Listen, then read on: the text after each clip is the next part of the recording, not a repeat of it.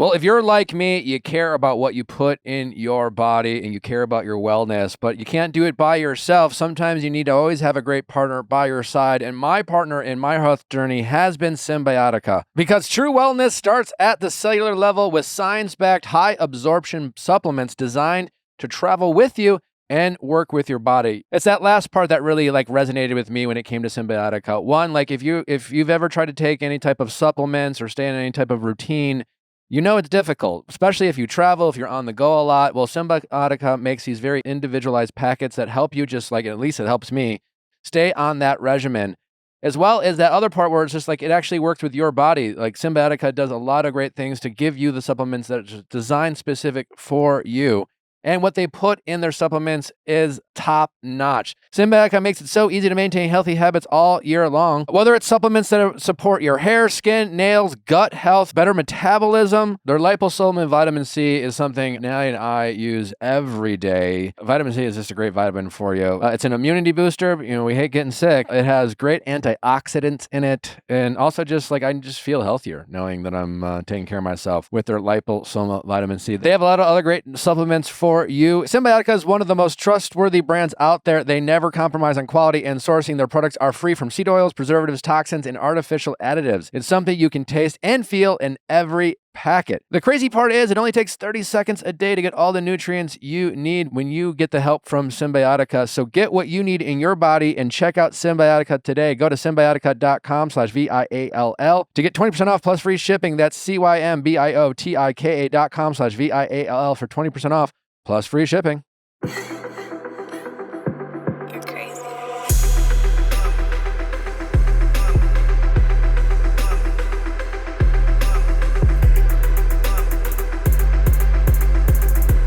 What's going on, everybody? Welcome back to another special. Is it a special episode? Well, it's Wednesday, and we're out there giving you content that you know and love. Either way, we're here. We're with you. We have a great episode lined up for you today. I'm your host, Nick. My beautiful wife is not here today. She's down bad, so she'll hopefully be with us soon. But we love her. Yeah, we love you, Natalie. Yeah. Weird transition, but anyways, you know who is on a podcast? Taylor Swift today. I mean, When you got done listening to Taylor Swift, hopefully you tuned in. You probably have already listened to it. Will I listen to it? I've never listened to an episode of New Heights. No hate against. I'm just, too busy, I guess. Making your own podcast. Making my own show, you know. Funny guys, love the football stuff. I don't know if I'll listen. I think I might. I've had a conversation with Taylor Swift before, and I feel like a lot of fans for this is she's gonna talk. That's like a human being. I don't think I've ever heard her talk for that long. And have a conversation with someone. It is so funny for the Swifties to be like, it's a football. I think half the Swifties are split. They don't know her man show. No, they know her man show, but I think half of them are like we have to listen to a man's podcast. And then the other half of them are like, oh my God, she's on Travis's podcast. Half of them are mad? Killer Trav. Well, I feel like there's the people that love Killer Trav, and then there are the girlies that don't love Killer Trav, Killer Trav. Killer Is that Trav. his handle? Is this the first time I'm hearing this? You've never heard Killer Trav? No. Well, we'll dissect that a little bit more, but just to remind you, we have a great episode. It's jam-packed, and we'll get to the interviews briefly because we have 3 of them. We got Brian from Bachelor In Paradise. We're just dying to know his favorite color, so that is why we have him on. We'd love to get some answers on what we see is just a little bit of toxicity from Brian. Maybe it's the edit. I don't know. Maybe he has anger issues. Maybe he's a super secret. We may not find out his favorite color. He's still. You might ask, and he might just leave. He might refuse to share. We're not doing this right now. We're not doing this. We're not doing this right now. I'm done. This interview's over. Either way, it's we'll have that. Then we have the opposite. We have Freddie from Perfect Match, the angel that is God. Freddie. I have a crush on her. Freddie was either written by Taylor Swift or a woman. He's a little Or God. angel of earth. Well, Taylor's a woman. Oops. By women, for I was going women. to say God, but then also God. I mean, if you believe that sort of thing. The universe. Which, I mean, for I do, in Mother case anyone's Nature? worried. This is great. This is great Keep going. content. I love this. I love this. Amazing. Just keep all talking. of this in. Who have I not offended? Um, Do you have anything to say I about don't know. Beyonce? You got God, Taylor Swift. You got Beyonce? What about Melissa Gorga? Oh, Melissa Gorga. Um, Equal to that level. God, Taylor Swift, Melissa Gorga. I say it all the time. in that promo that had 100 million whatever fucking views. probably more by now. That's crazy. I mean, I was still like, I was still waking they're up. clearly doing a bit, but the bit is kind of like he hates his girlfriend. It was kind of funny how she was looking directly at him, and then he was just He's like, and she's here. Remember like that it's thing- giving like I'm doing your podcast. He's like, okay. Like clearly Yeah, that's he's not obvious. I'm sure they're thrilled. I mean, like just She obviously phoned in a favor because she wanted to promote this album because she didn't know that anybody was going to buy it if she didn't go on this podcast to promote it. Yeah, obviously. Taylor Swift really needs to get out there She more. really Yeah, Well, she's it really is- it doing is- him a listen, favor. Listen, it is her boyfriend. Yeah. Yeah. But podcasting is the new way to promote whatever it is you need to promote. That's where people want to get to know you. They want to see the human that you Uh-huh. are. And of course she's going to do her boyfriend. Yeah, because it's not like she doesn't have to feel uncomfortable in a setting. It's two people she knows very well. She has control of the edit 4.8 on Yeah. your million boyfriend's likes. podcast. She definitely has control of the edit. It's not like he's gonna ask her hardball questions. You know? No, I don't not even suspect it's going to be like an interview. No. I expect it to be just like a little hangout sesh. Mm-hmm. Anyway, she has a new album. She's collaborating with some new producers. I've never heard of them. I mean, I know they're a big deal. I'm just not. I've offended them now. It's producers she's collaborated in the past. It's Max Martin and someone else. And I'm she put out a forgetting the other person. playlist of only like The following songs their that song. he. Yeah. Well, it's the songs that they've made for her already, which I will say are the bangers. Like a Max Martin Taylor Swift collab does go Is that- hard. Is Style one of them? Style is one of them. Really? Is that your You got favorite? that James Dean daydream. I have Yeah. danced by myself to Style Mhm. at 2 a.m. in my apartment in Chicago. Oh. Making Oh dinner. hell yeah! I have. What neighborhood did you live in? Why in were you Chicago? making Westwood. dinner at 2 in the morning? Westwood. Maybe I wasn't I was making food. Midnight My bar snack. days. Mhm. He You was know. dancing in the refrigerator light. White Well, I also refrigerator light. probably- That's yeah. lyric. Yeah. A white refrigerator? The white refrigerator. So Style's Style's one of them. that's okay. I'm Promising. I'm of hope. My issue with the past couple Taylor Swift albums is I was like, I would love to hear what's happening behind her vocals. You I know would what I just mean? I like would a love to fun hear a bop. beat. Yeah. Like Yeah. a fun bop. Yeah, drums. Reputation, maybe? A little Yeah. callback to that. Was Little that Max nts, Martin? nts, nts. I think some of it. There we go. I was just like, love the song. Would love to hear more of it. You know, has been my thing.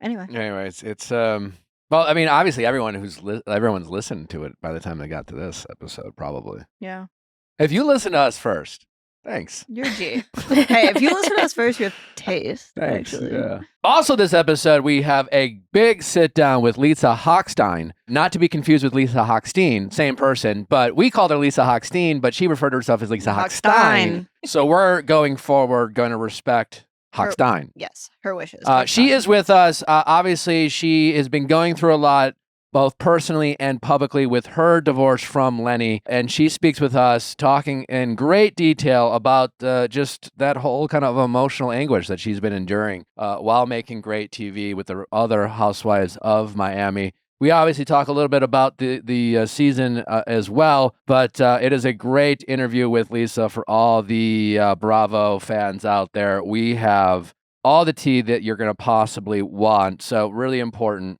that you wrap up that Taylor episode and make sure it's must-see or must-listen programming with Lisa Hochstein. That is all up in this amazing episode. Also, tomorrow, we're back for another reality recap. We have Sandy from Perfect Match with us. Also, our friend of show, Susie Evans, is going to come back in and hang out with us because we had such a fun time with her the first time. She decided to come back and hang out with us. Funny story about Sandy. The first time that we had Sandy in the studio was when we had her ex, Nick, not to be confused with me, for that kind of double date interview that was really awkward. And we talked some shit about Sandy. Wow. Prior to that. I thought I was tough on her, but apparently she didn't care. Mary had just started working here. Uh-huh. You want to tell the story? It's like Yeah. more fun when it comes from you. Yeah, isn't it? So basically, you guys, we were recapping, and I tend to be hyperbolic for comedic purposes, you know? Don't defend it. Just say what And anyway, I called her I'll get in there. soulless. I called her soulless. I don't feel good about you it. say. At one point, we were talking about Sandy, who at times It looked like she was fucking JR. What that? I don't. And I It really looks shady. JR just brought out a bad side of me. Yeah. Anyone who fucks with JR, you just. Anyways, Mary called her soulless. I which called her soulless, and flew then over my head. she came in, and then Nick and Natalie, they love to be like very kind to people, and they were like, "Don't look at the comments. Like people say really mean things on the internet." And Sandy goes, "Well, the worst thing somebody actually said about me was here," and then I was still editing at the time, and she turns to me at my little desk, and she goes, "You called me soulless." No, she said the worst thing I've been called is soulless by you. Oh yeah, and Which then is she did say verbatim, "You called me soulless," and I went, The by you was a slow turn and point. Yeah. It landed at by you. And then you turned red. Yeah, That is I something I've turned- seen. That was pretty turned- savage of her. It was Oh, yeah. savage. Really, no, it was really cool of her, and I think about it to this day. And Sandy, I'm deeply, deeply sorry. It was almost the about that. perfect setup. Anyway, was. she I- joins us tomorrow to talk all things perfect match. Her time in the house with Louis. Ugh. That should be a good. Sandy usually delivers. You only kissed 2 girls during Truth or Dare and then 1 outside of the game. How long was this little boy's mixer? Because I just a day. I think it seemed like an It afternoon. wasn't even a day. Yeah, An like they afternoon. came home. 2 hours. Mhm. It was like I couldn't help myself. My dick was so hard. She said, "Lick her thigh, licked her thigh."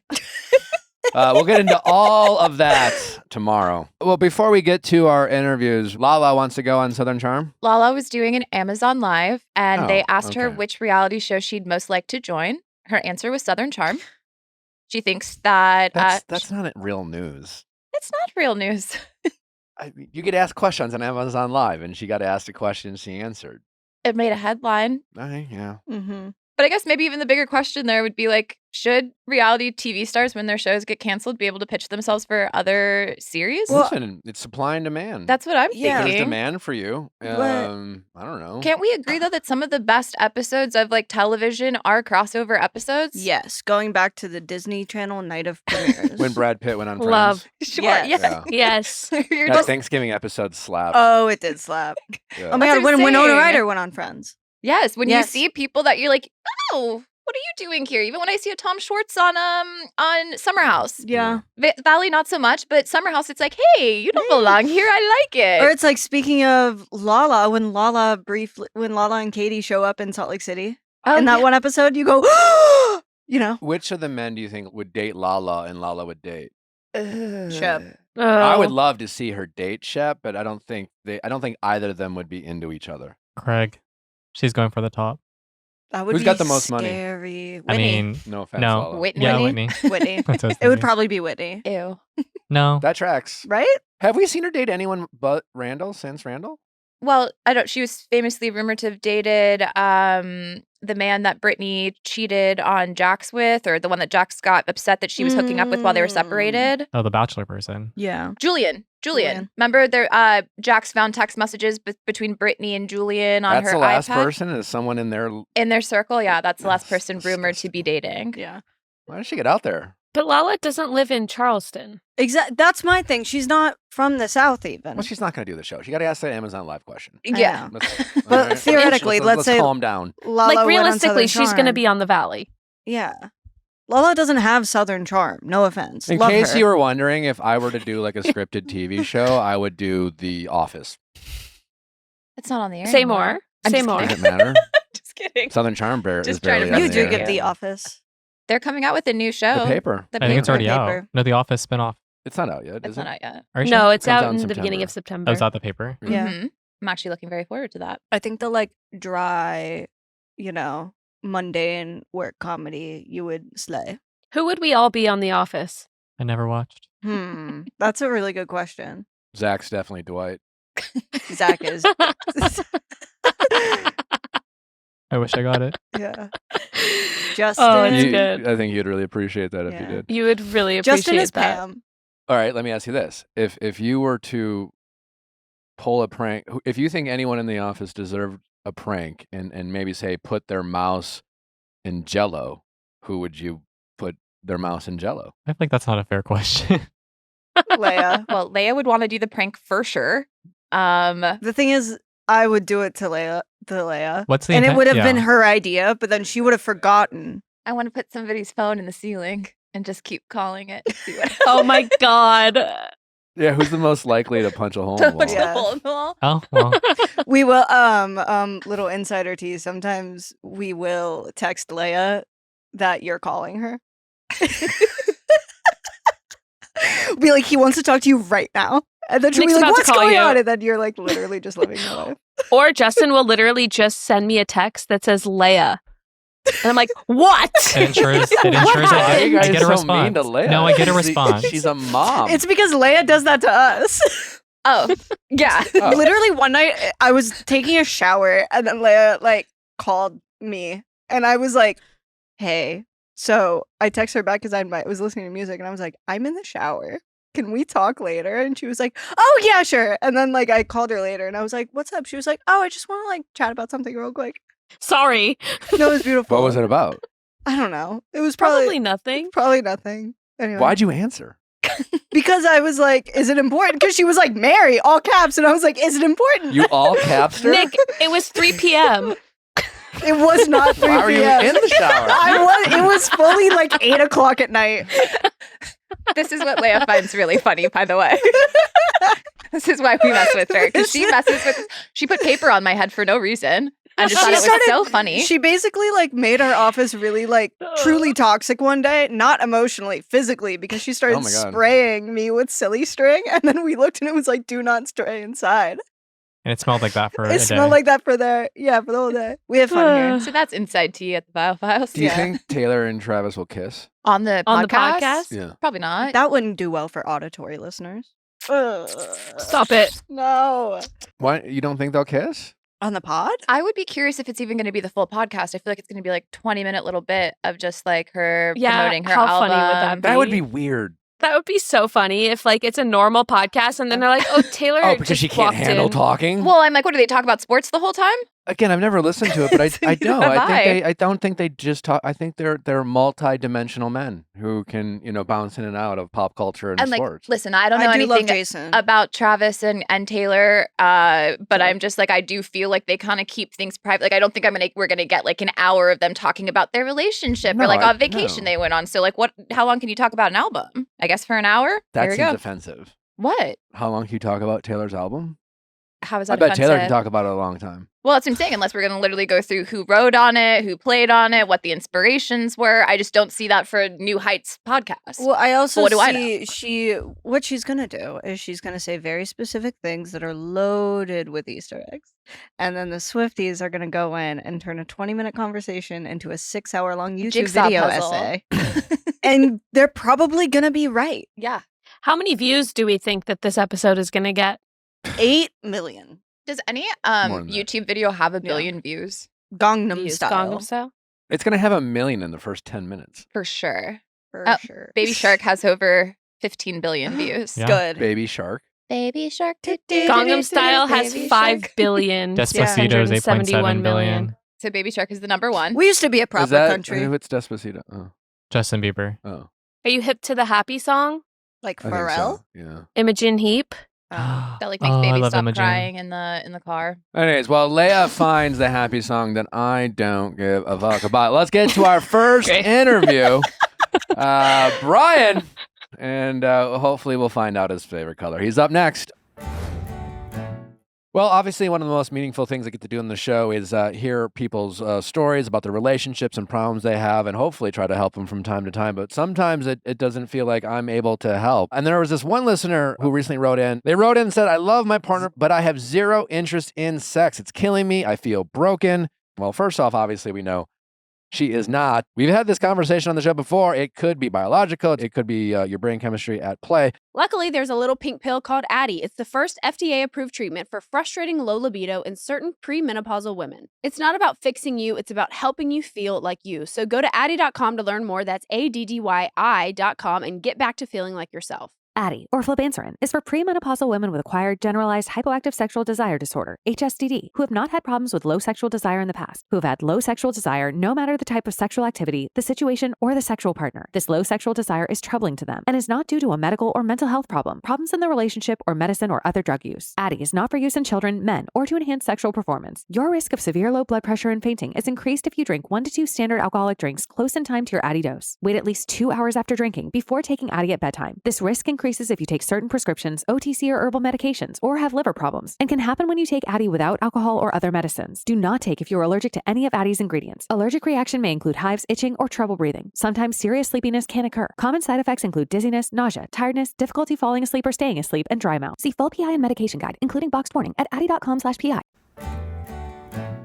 It's a digital world out there, and you know that you're sending and receiving money constantly. Well, make sure you're doing it with a partner you trust. And we trust Cash App here at the Viall House. Cash App empowers people to send, spend, and protect their money with ease. Whether that's splitting dinner with friends or grabbing concert tickets early, with built-in security, scam protection, and instant access to perks, it's the go-to tool for anyone who wants convenience, safety, and control right from their phone. With Cash App, you can spend, save, and live your life knowing your money is right where you left it. With advanced built-in security protections you can count on and help when you need it. Spend with peace of mind today and order a Cash App card in the app or at cash.app/card. For a limited time only, new Cash App customers can use our exclusive code to earn some additional cash for real. Just download Cash App, use our exclusive referral code, that's VIALL10 in your profile. Send $5 to a friend within 14 days and you'll get $10 dropped right into your account. It's that easy.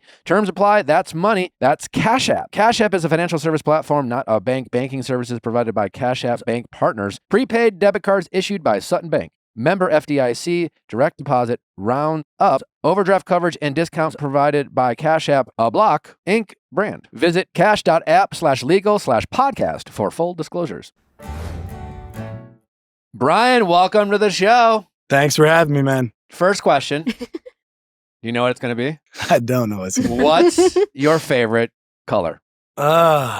Dude, I don't have a favorite color. Come on, Brian. It depends on the season, the aesthetic. All right. The All right.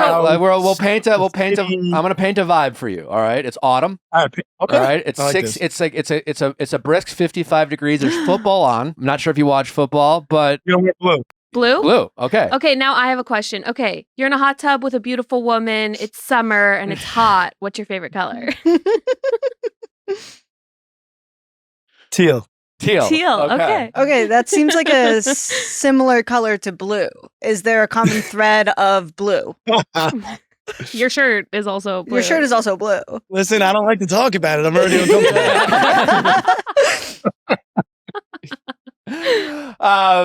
So anyways, I'm curious, Brian. Obviously, we've enjoyed watching you on the show, and you know we like to have a bit of fun with our guests. But I don't know, what was your interpretation watching this back, seeing you in the hot tub with Parisa?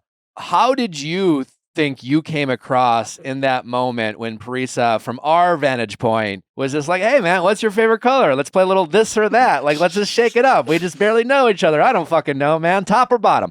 And you seem to like be in a certain kind of mood or whatever. But I just want to hear your perspective. We know sometimes maybe context might be missing. I don't know. Don't want to put words in your mouth, but like, how did you just see it yourself? Did you like the way it came across, or do you have any notes for us? Definitely didn't like the way it came across. Okay. How did it came across Got for a you? lot of backlash from it. Did you feel misrepresented in that moment? Listen, I was dressed like a bird for 8 hours. Yeah. 8 hours. Tons of conversations. I'm dancing. I'm sweating. I'm exhausted.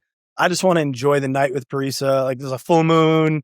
The scene's set. We're on the top roof. We're in a pool. There's a hot tub. We have the whole place to ourselves. We're popping champagne and like forcing conversations. Okay. So you're not a small talk guy? I mean, to open with what's your favorite color is just the little lack of depth there. And I just don't know where we're going to go with it. Okay. And I'm a little tired and cranky from being in a bird outfit for 8 hours. Do you think that maybe because there are many different colors in the bird outfit, that's kind of where she was picking up on your favorite color? Or maybe it just wasn't meant to be deep. Maybe it was just like, maybe she just thought it was going to be like a 6-second conversation. and then you would move on. It's a good. It's an interesting perspective. I didn't think of the colors from the birds. Yeah. Listen, I had a little moment. It's like, what's your favorite color? Black, like your heart, Brian. I had a little moment. I'll own it. Okay. Then move on. Brian, it did seem like you weren't picking up on how she was feeling in the aftermath of that, because you kind of woke up and it was almost like everything was back to normal for you, and she was definitely still feeling a type of way. At least that's how we saw it. So I'm curious to know, like, were you sensing that she was maybe a little off, a little upset by that, or were you kind of like, it's all good? I mean, we had like a great night. Mm-hmm. We had a really, really good night together. Like, Okay. as soon as production and the cameras leave the room, like, we got to completely enjoy the VIP suite. So I thought we had a really good time. Okay. They also woke us up really early and thought we'd be able to spend a little more time, sleep in a little bit. That didn't happen. Listen, I pick up on things, yes. But in a nutshell, overall, I truthfully believe we had an amazing night. Okay. So you would kind of more chalk it up to almost like production fatigue a little bit, like just kind of exhausted of the 100%. grind that is making reality TV. 100%. I mean, listen, did I have a moment? I had a moment. Okay. But yeah, for sure. Minus that, just did you have any other moments? Because it did seem like there were a couple times where you just it kind of comes across, and maybe you're just tired, or maybe you're just getting a bad rap, But you seem like kind of just annoyed at Parisa all the time. No, that truthfully was my only moment. Okay. That I have. Like, I had a great relationship with production and everything else. Loved it. Parisa, our relationship, is at this point in time, like, going into like where we're at in the episode, is like now flourishing. But in those moments, at times she could be a little intense, and I was kind of adapting to it. I'm more of like chill, relaxed. She's a little bit more intense. And just to play devil's advocate, Brian, it takes patience. It takes patience, like adapting to someone's personality. Gotcha. Yeah. What is your favorite color? Is a pretty chill question. Just to play devil's advocate there.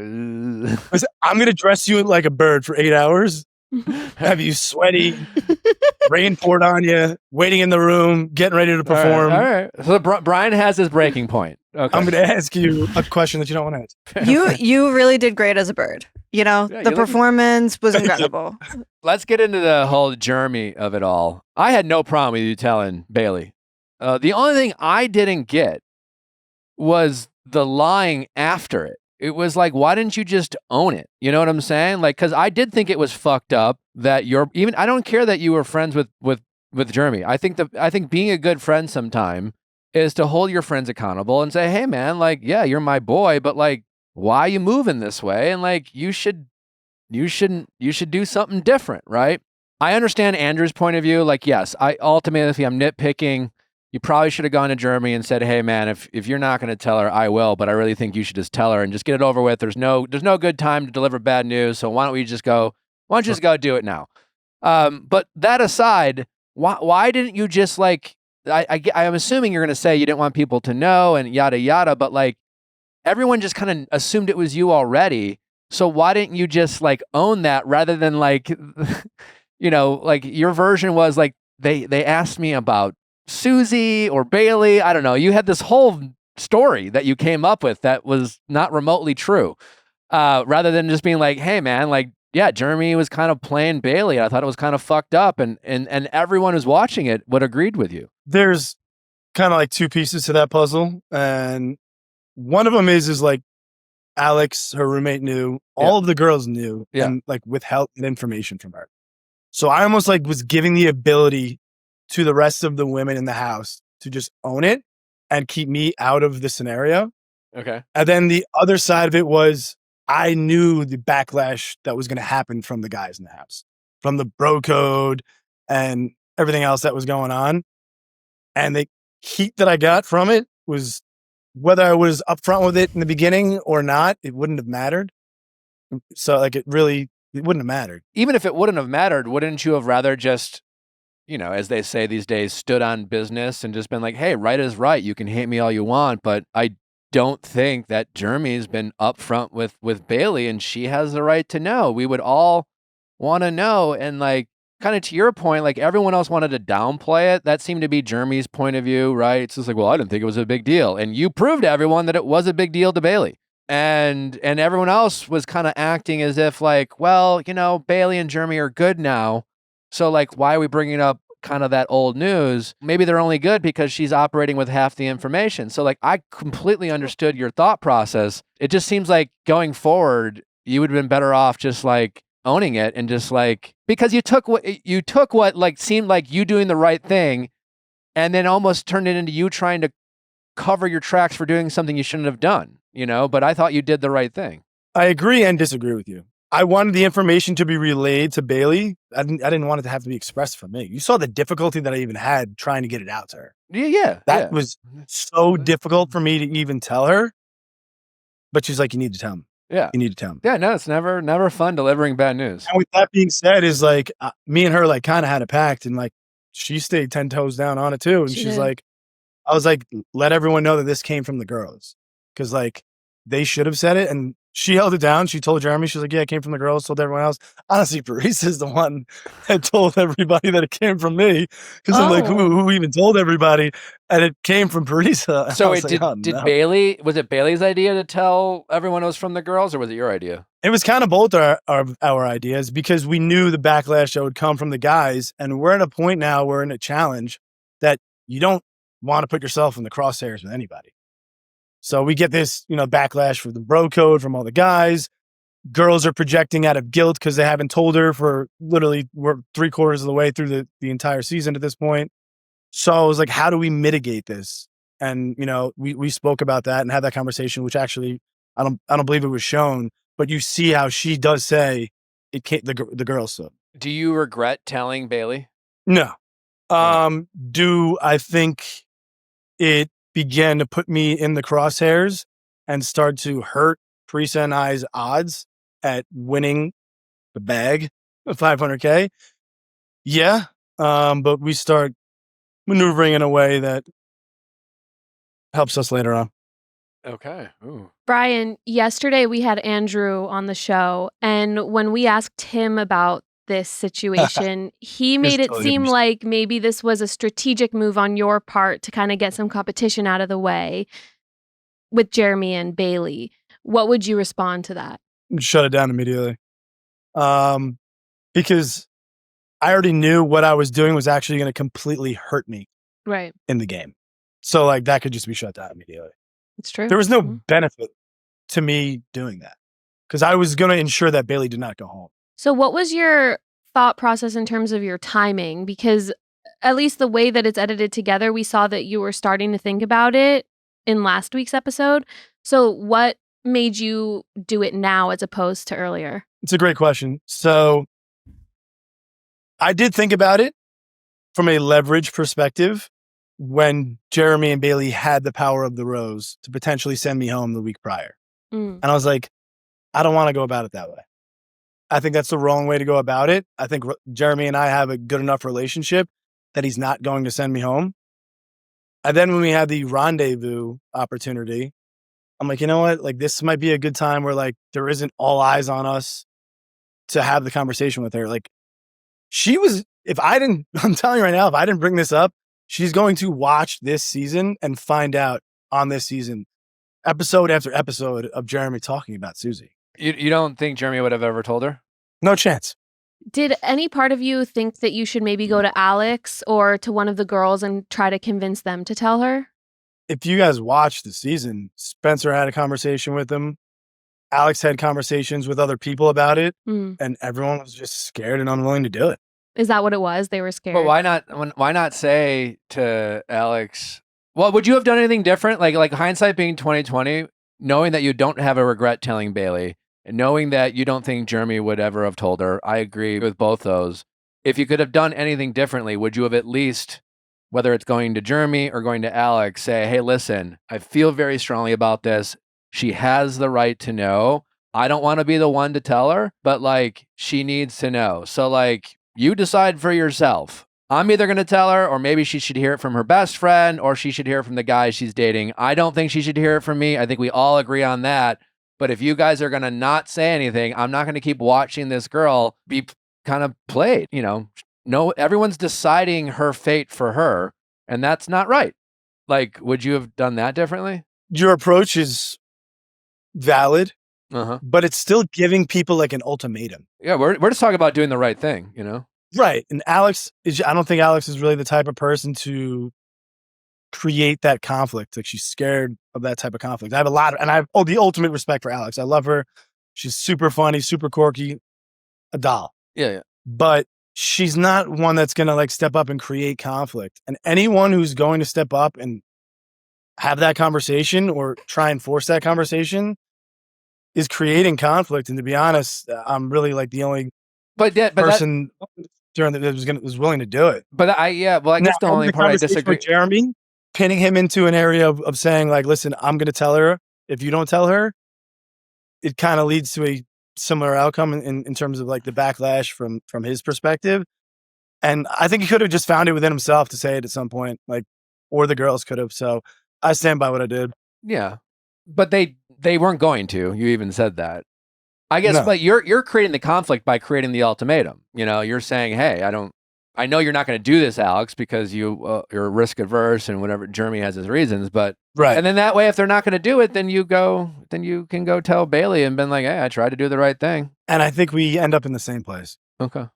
Were you surprised that Bailey forgave Jeremy so quickly? Yeah, watching it back, I was a bit surprised at how quickly she forgave him.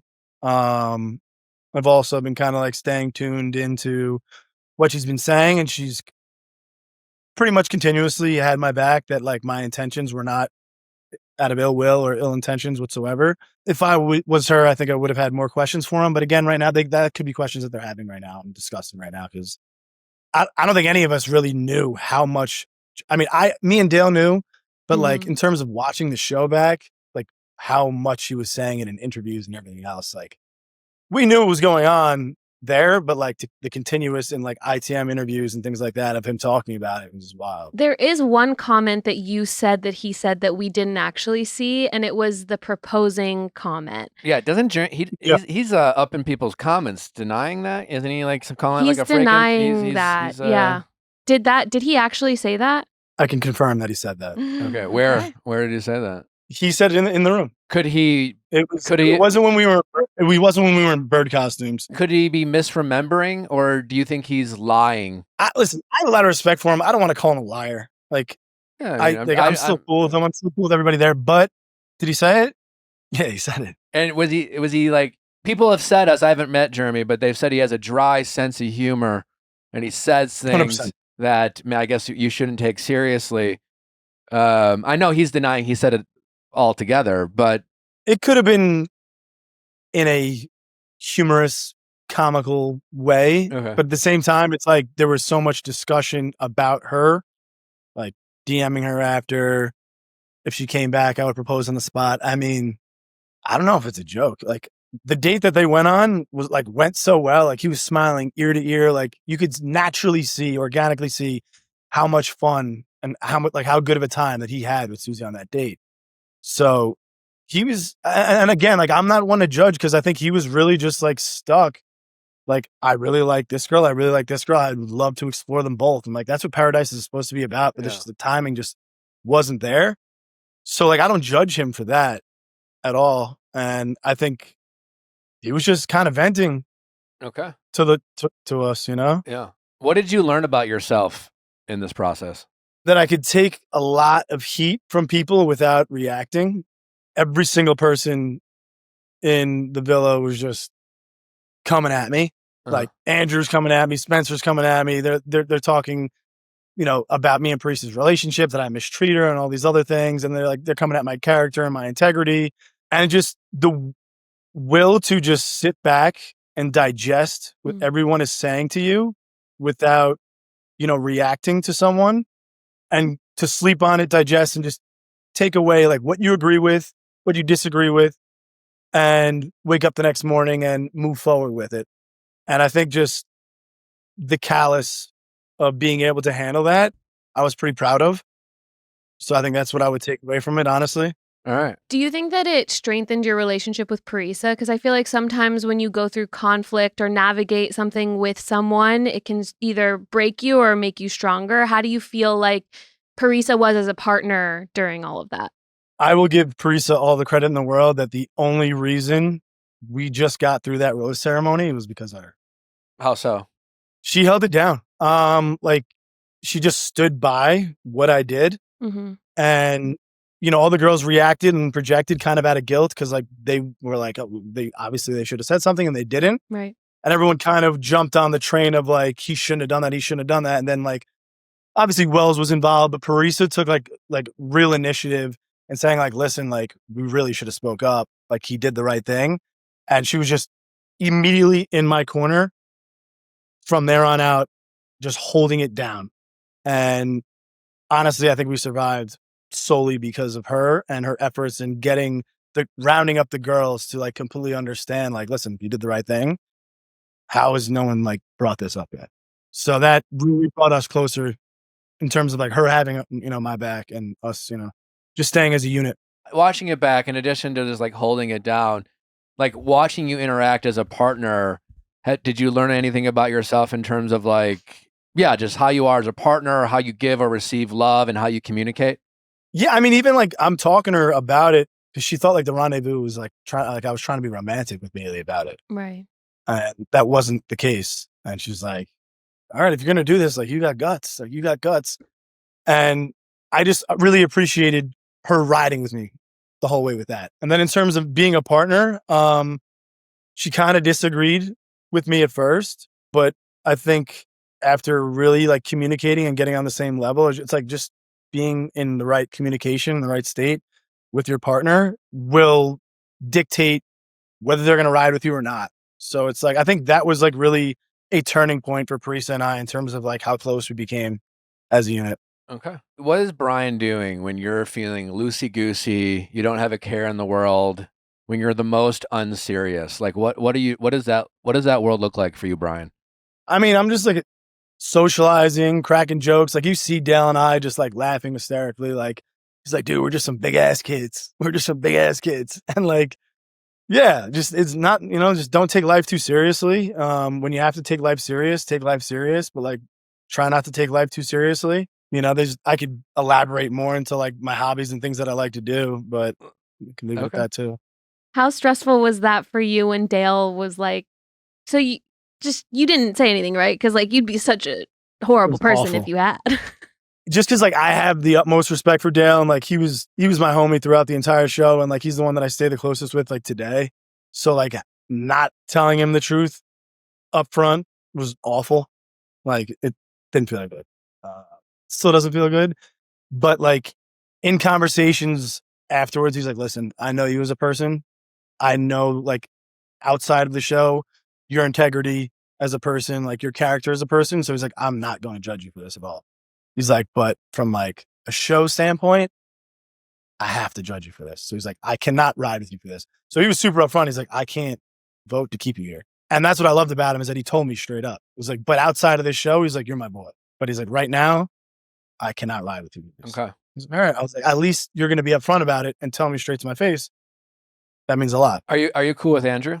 Me and Andrew don't really speak. We don't have problems or anything like that. But you know what's funny, like about Andrew's when I watched Paradise, like the last 2 seasons, like me and my mother were watching it late night in preparation for this Paradise. He was like my favorite character. So when I saw him come in on the show, I was surprised and I was like, hey man, like I'm like a fan of yours of like your like you as a character on the show, like you know what I mean, like his character and like who he was in the show, and like it was like a fanboy situation with him. So what happened? We actually had that conversation post me speaking to Bailey, and he's like, bro, we were so good, like we were homies, and like you even told me like that you were a fan of mine from like the last show, and like we were so good. And it's like, and then you go and do this, and like now this is how I feel about you. But I mean, yeah, outside of the show, we really haven't spoke, but the rest of the cast, we actually stay in touch quite a bit. Okay. Because he mentioned he didn't think you were very nice to Parisa, but do you think that's bias or? Yeah. Towards the end of the show, like Spencer approaches me, Jeremy approaches me, Dale approaches me. and they're all like, dude, I'm not gonna lie, like I've never seen someone like take so much heat and like so much criticism and just like without reacting. Like Spencer's like, bro, I would have punched someone in the face, because they began to realize that a lot of what was like kind of being shown or being told was like really out of context in terms of how Parise and I really were. Like we really are a strong couple and a strong duo. And there's just so much that's taken out of context, and not just what the show depicts, but really just the like internal conversations that people are having that are just not true. And they begin to see that. And they're like, listen, they apologize to me. Like, listen, we didn't know the context. We didn't know the context. Like, you actually been like straight this entire time. What is the most untrue thing that you think people perceive about you, whether, you know, from what we're watching or things like that, or context that you think is missing, or like what you're referring to your peers kind of saying to you? What is the thing that... I mean, like, when we're having, like, when Andrew's coming after me and Spencer's coming after me, I'm sitting there just taking all the heat. It's crazy. It was intense. They don't know the context. They're like, yeah, you mistreat her. I'm like, I really never mistreat. I don't mistreat women. I was like, I've never mistreated her. I maybe told her some things that like she may not have wanted to hear, but it was honesty. And it was honesty in order to like build our foundation for the future. And they never knew the context of any of it. So like kind of later on, when like Parise and I really start turning the corner and becoming stronger, and she starts vocalizing those things, and they were like, oh, okay. Like it wasn't him like mistreating her in any way. Like I don't like go off the rails and disrespect her at any point in time ever. Okay. You're just being honest. Yeah. Okay. Brian, we really appreciate taking the time, buddy. I know you took some time out of your very busy schedule, man. I appreciate it. You know, you work in what, med device? Medical aesthetics. So I'm in Vegas right now. Medical aesthetics, you know, Botox, fillers, some devices. Oh, you're like at a conference? Yeah. Okay. Yeah. National sales meeting for the week. Pop off. Everyone's saying Vegas is dead. What do you think? I don't think it's dead. I'm at the Fontainebleau right now. It's okay. Last night was a Monday. It was pretty popping. All right. What's your game? Listen, I was doing real well last night until I started drinking. Oh, wow. And I was up a couple thousand, and I could just say I'm not up anymore. Not up anymore. Oh man. They're like, what do you want to bet on? What color? They're like, I can't do this game. Mm-hmm. Yeah, well, okay. Last night it was a lot of black. A lot of black. Okay. Put $5 on 11 for me. 11. So I was betting a ton on 11 last night. And Oh, that's really? actually like where I spent my money. Oh man. Look what Yeah, you did. Someone told me to bet on 11, and it didn't work out. But it's I've all never right. been successful with it You fuck either. with roulette? That's crazy. Well, like you just play all the numbers. Like you play a bunch of No, I numbers. get how You can play you- like numbers. And I actually made most of my money in roulette. I was losing it in craps and blackjack. Damn. I said I also just want to plug in. I own a restaurant in the Hamptons as well. Okay. Tacos, margaritas in Hampton Bays. So that's another thing. I just opened up with my brother-in-law as of the beginning of June. So Fun. that's another venture that I have that I love to do as well. All right. What's the best thing on the menu? Tuna nachos. Okay. Nice Tuna tuna poke nachos.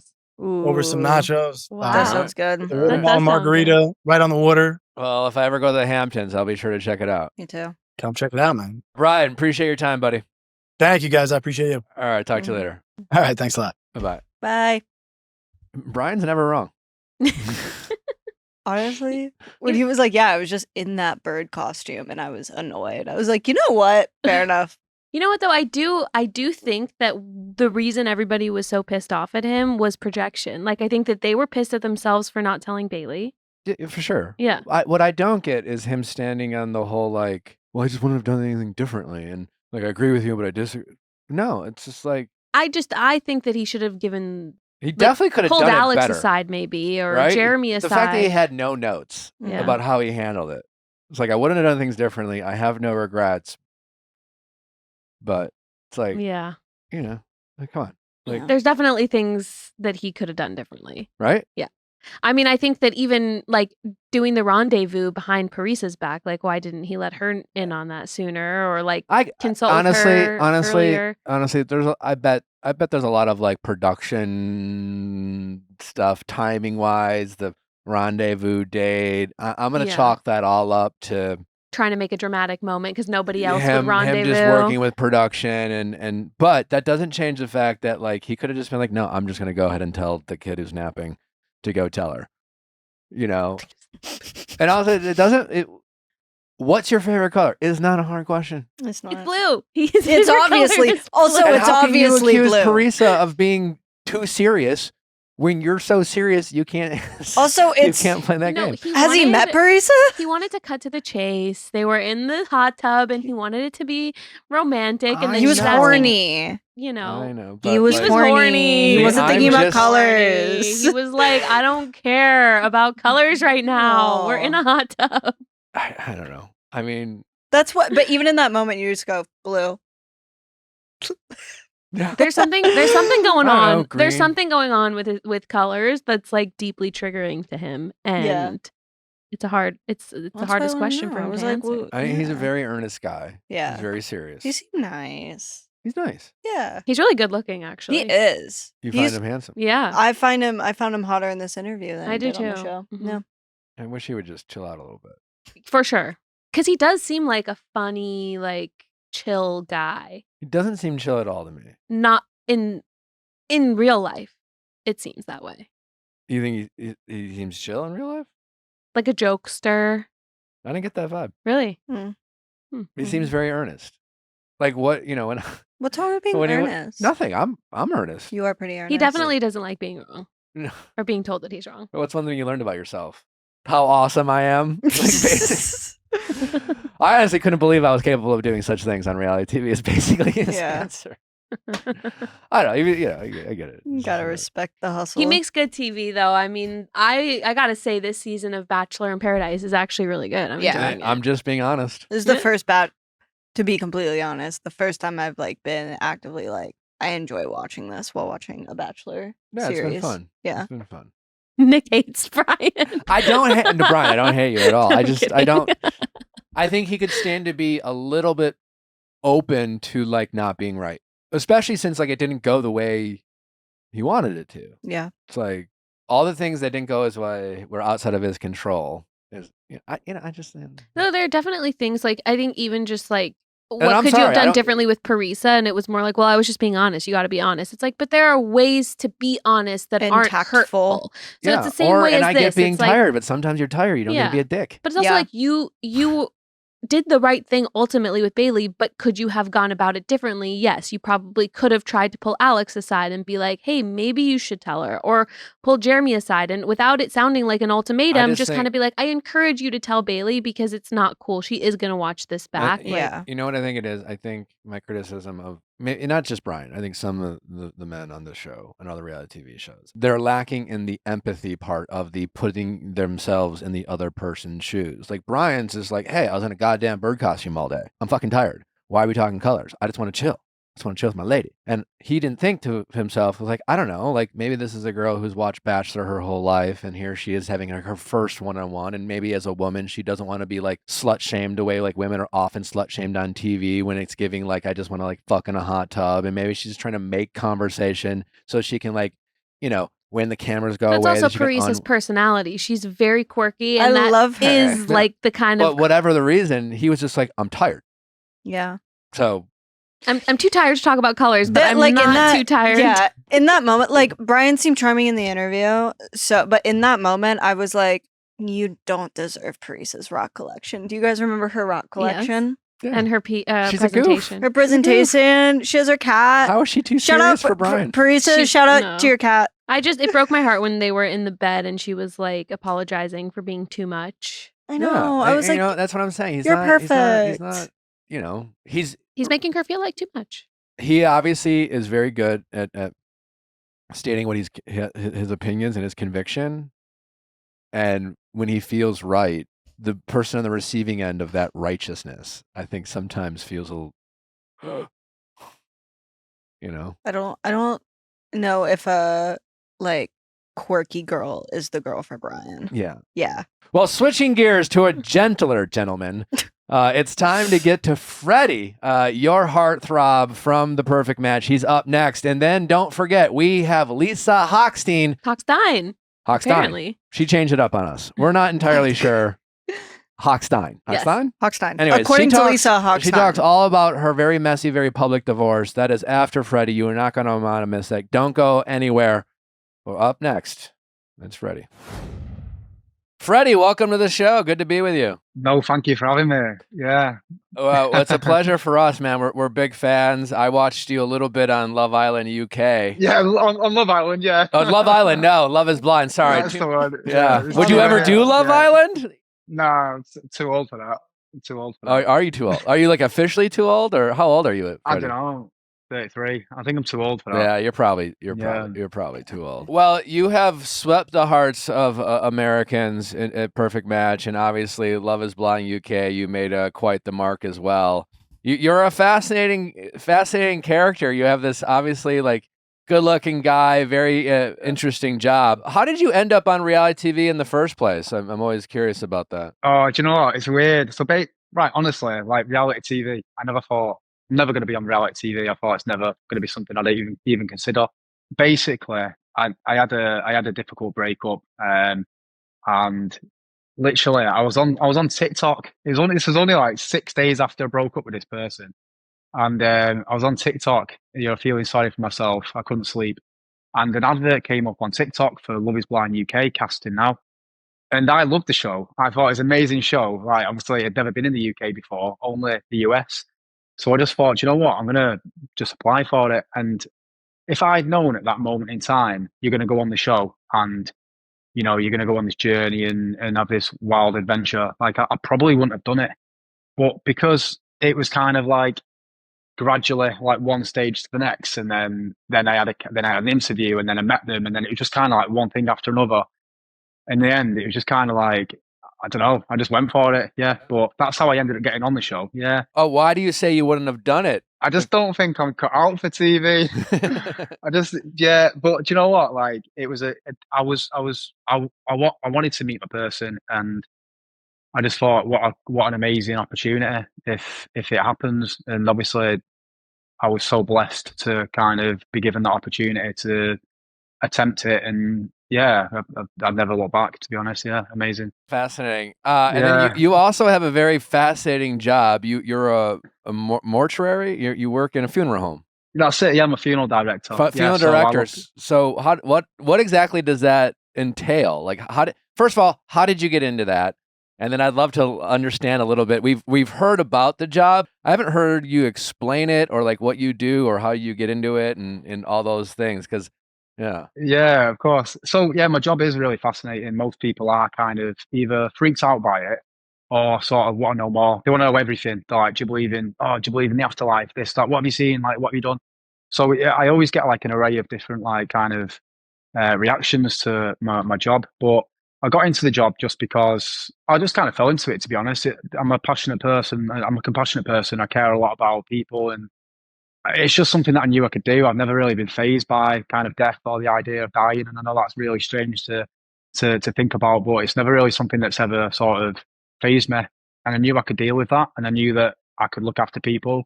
And yeah, I just thought I'd just go for it. And yeah, I've been doing that for 10 years, and my job role. So I do everything. So from the point where the family contact us and say somebody's passed away, and to the point of the funeral. So absolutely everything. I meet the families, I arrange the funerals, I prepare the deceased, and I conduct the funeral. So I do absolutely everything.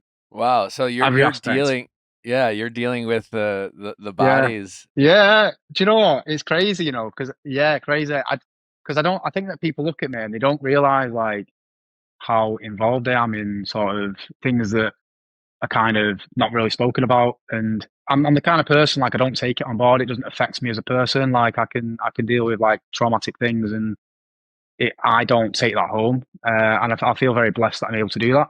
And yeah, but it's a crazy job. I can't lie. It's a crazy job, but I love it. And hence why I'm still doing it now.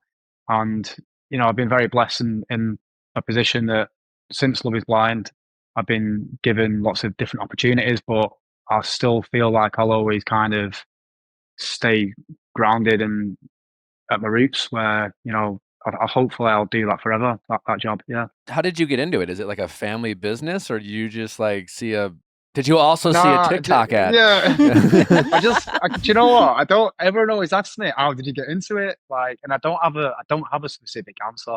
Like I say, it's just because I knew somebody at the time. To be fair, I did know somebody that worked in the industry, and yeah, I just thought, oh, that sounds interesting. And yeah, before you know it, I was there. I've been there 10 years, and like, yeah, just worked my way up. Wow. So you see like a dead body almost every day?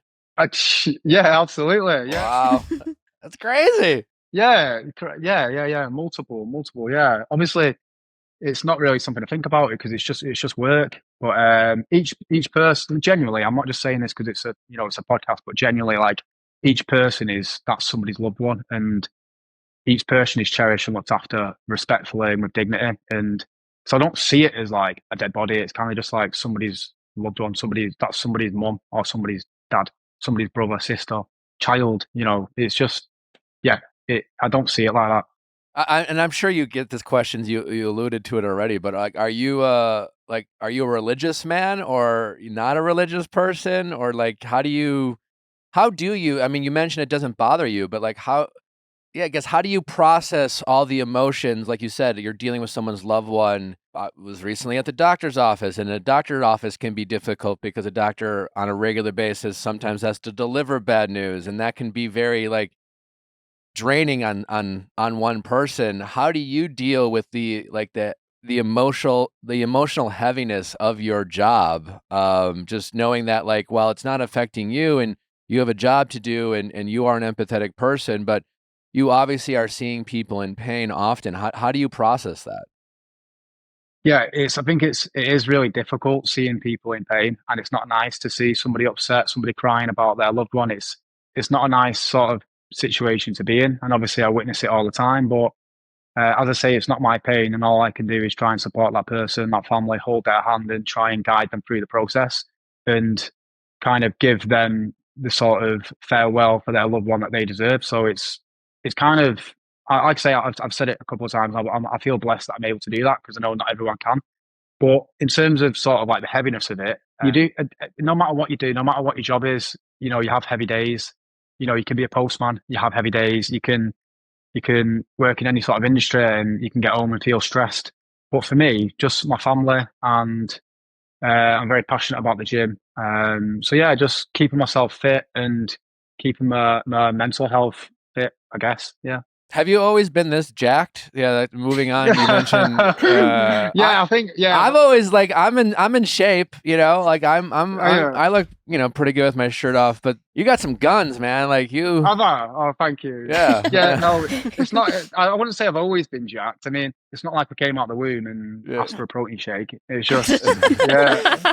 I don't know. I just been working out, committed to it. And yeah. Did you play sports growing up? Any athletics? Soccer. Okay. Soccer. Yeah, that's it really. Soccer. Yeah. I was saying, going back to Perfect Match, how was your experience versus being on Love is Blind? Totally different. Love is Blind is an incredible show. It was amazing to be a part of, but Love is Blind is very heavy. It's you talk a lot about your feelings. It's deep conversations, and at the end of it is marriage. So it's kind of like full on. You're meeting your family, they come into your house. It's like really invasive and very, very full on. And I loved it. Like I loved the experience. It was incredible. It was an absolute whirlwind. It was a roller coaster of emotions. One day I was crying my eyes out. The next I was happy. So and in comparison to Perfect Match, it's a totally, totally different show. Perfect Match is, I can't believe how kind of left to your own devices you are. Like literally, you walk into the house and the producers are just like, right, there you go, do your own thing. And it's just mad. It's like, I can't, like Love is Blind wasn't like that. Like Love is Blind is not scripted at all. It's all your own feelings, emotions, your own words. But I feel like that is very more kind of like you're guided towards sort of maybe the topic of conversation, but not what you talk about. But it might be like, okay, talk about what your future holds, what for kids, etc. It's heavily structured, yeah. Whereas Perfect Match was just sort of, right, come on in, cameras are rolling. And I feel like it surprises me that they managed to get a TV show out of it. There's a lot of drama, don't get me wrong. Like, there's a lot of stuff that's happened that hasn't even been shown, I ain't gonna lie. But yeah, it surprises me how I remember being in it thinking they're not gonna get much out of this, but yeah, they are. So I said, what are you guys doing all day? Because I do feel like you are just kind of sitting around a house until you have like a challenge or something. Like Yeah. what is a normal day at the perfect match house? You'll get up, have your breakfast, and then kind of be briefed on the day, right, this is what you're doing, get ready, we've got a challenge later on. Just a lot of lounging around, I can't lie. And then obviously you look forward to your challenge, and then that's usually there for several hours doing that.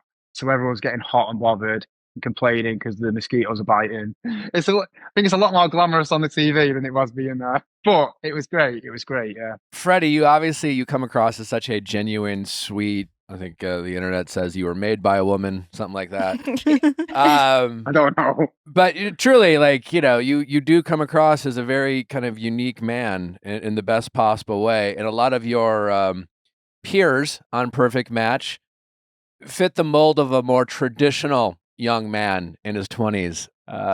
Men who, like, for example, have a hard time, not making out with other women, because they're just like in front of them and things like that.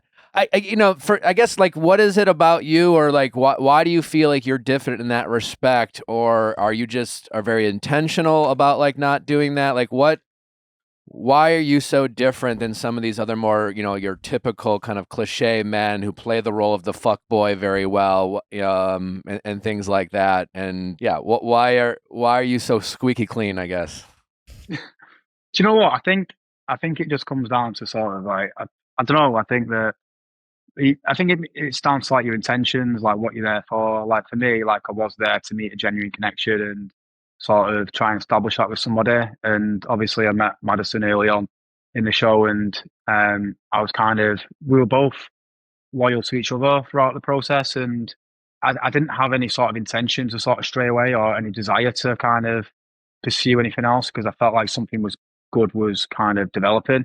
But don't get me wrong, like if I'd met somebody and the connection wasn't as strong as it was with Madison in the early stages, yes, I would have probably kept my options more open and looked at other sort of options. But I know, like I went on the date with Rachel, which was really good. But I just feel like I was already building a connection with Madison, so I was in a very difficult position because yes, I did enjoy my time with Rachel. I really liked her. I thought she was a very pretty girl, but it's kind of like I was already building something there with Madison, and I wanted to kind of see where that kind of unfolded. You know what I mean? Let's talk about your connection with Madison. I also watched her on Love Is Blind. And I had a very, I haven't met Madison in person. I had a very different interpretation of Madison that I had of you, where you come across as someone who's just very calm, like level-headed, empathetic, slow to anger, so to speak. And she kind of comes across as more, toxic, reactive, kind of holds a vendetta at times. Again, maybe this is all the edit and things like that, but I was shocked kind of by like how you are portrayed on these shows as this really kind and thoughtful person. And you paired up with Madison, who again, I haven't met her in person, but seems to have I guess kind of a mean streak. I don't know. But maybe you saw it differently. Like, what was it about Madison that draw you? And I guess, or maybe like, do you have a type too? Like, maybe you're always drawn to the more kind of like, fiery fun girls, yeah. Fiery ones, it's like, yeah. So what drew you to Madison? And I guess what you're seeing on TV, is that the person that you got to know while filming the show? So I'd say, first of all, I hadn't seen Madison's show.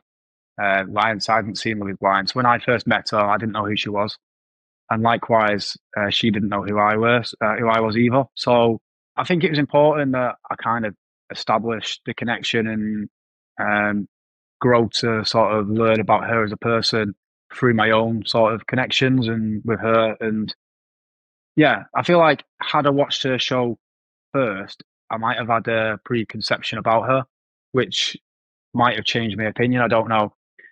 As far as our connection, like with me, she was amazing and very loyal, very sort of committed to me, very loving.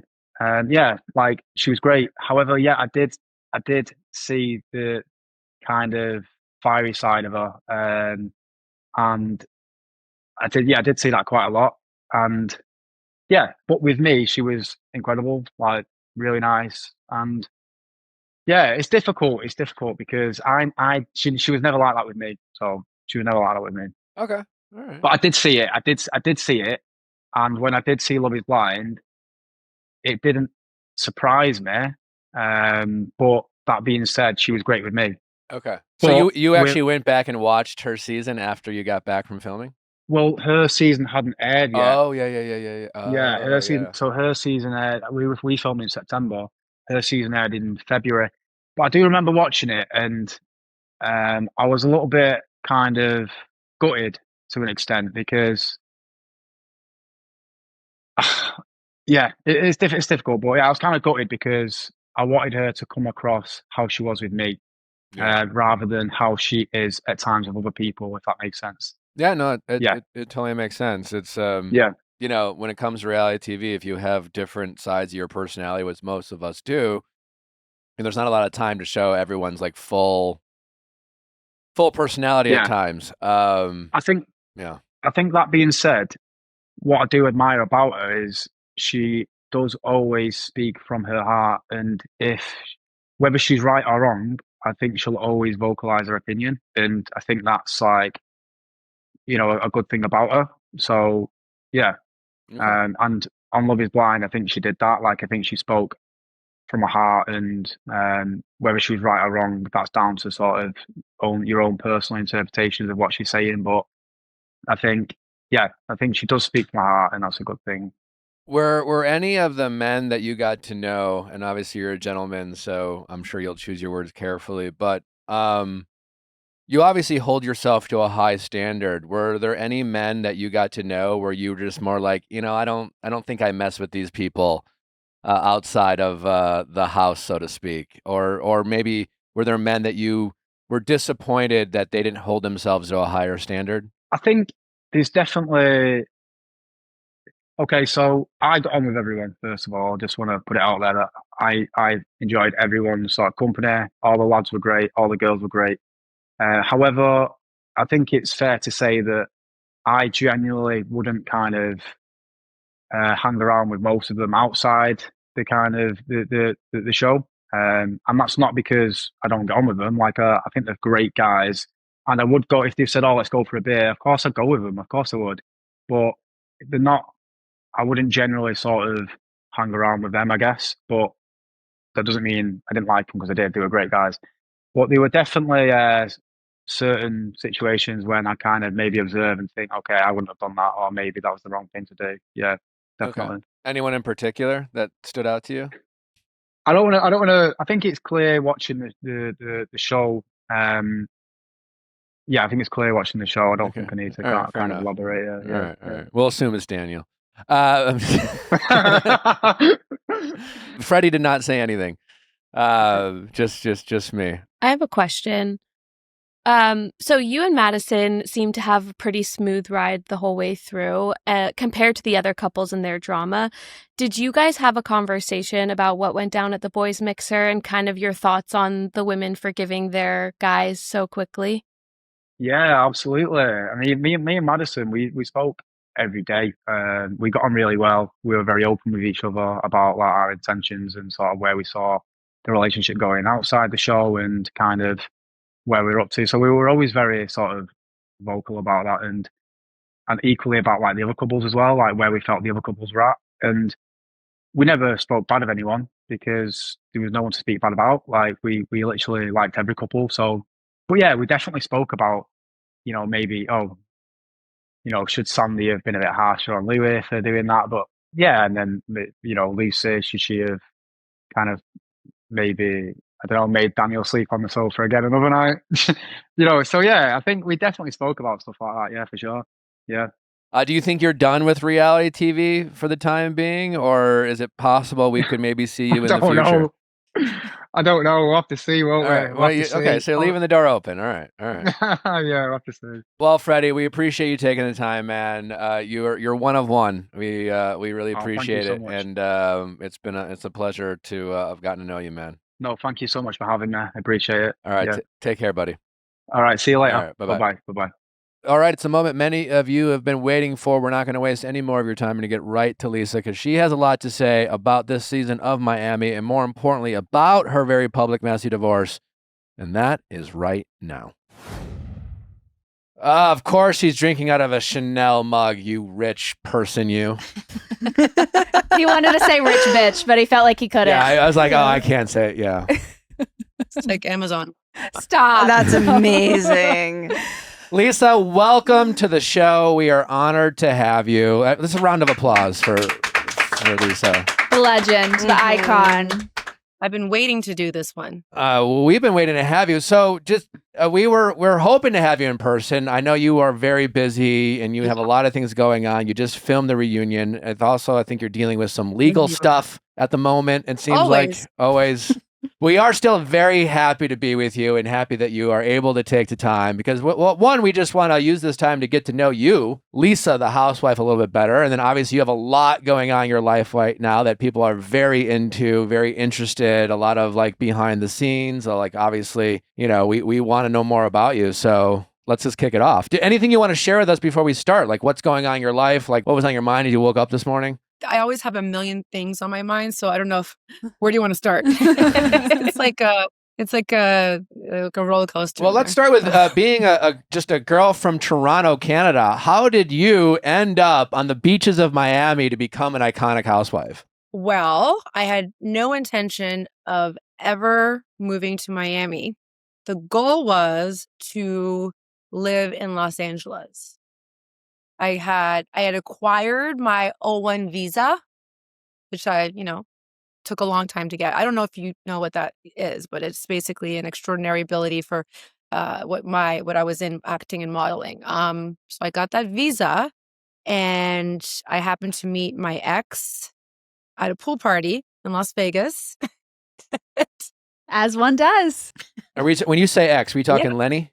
Yeah. Are we just not using? He is what brought me Okay. to Miami. All right. It was Lenny. If it wasn't for Lenny, I would not be in Miami probably. Maybe now. At least he was good for Miami. something. Yeah. He was good for that. I guess. And my kids. And the kids. Yeah. Yes. Yeah. Yes. Yeah. Yes.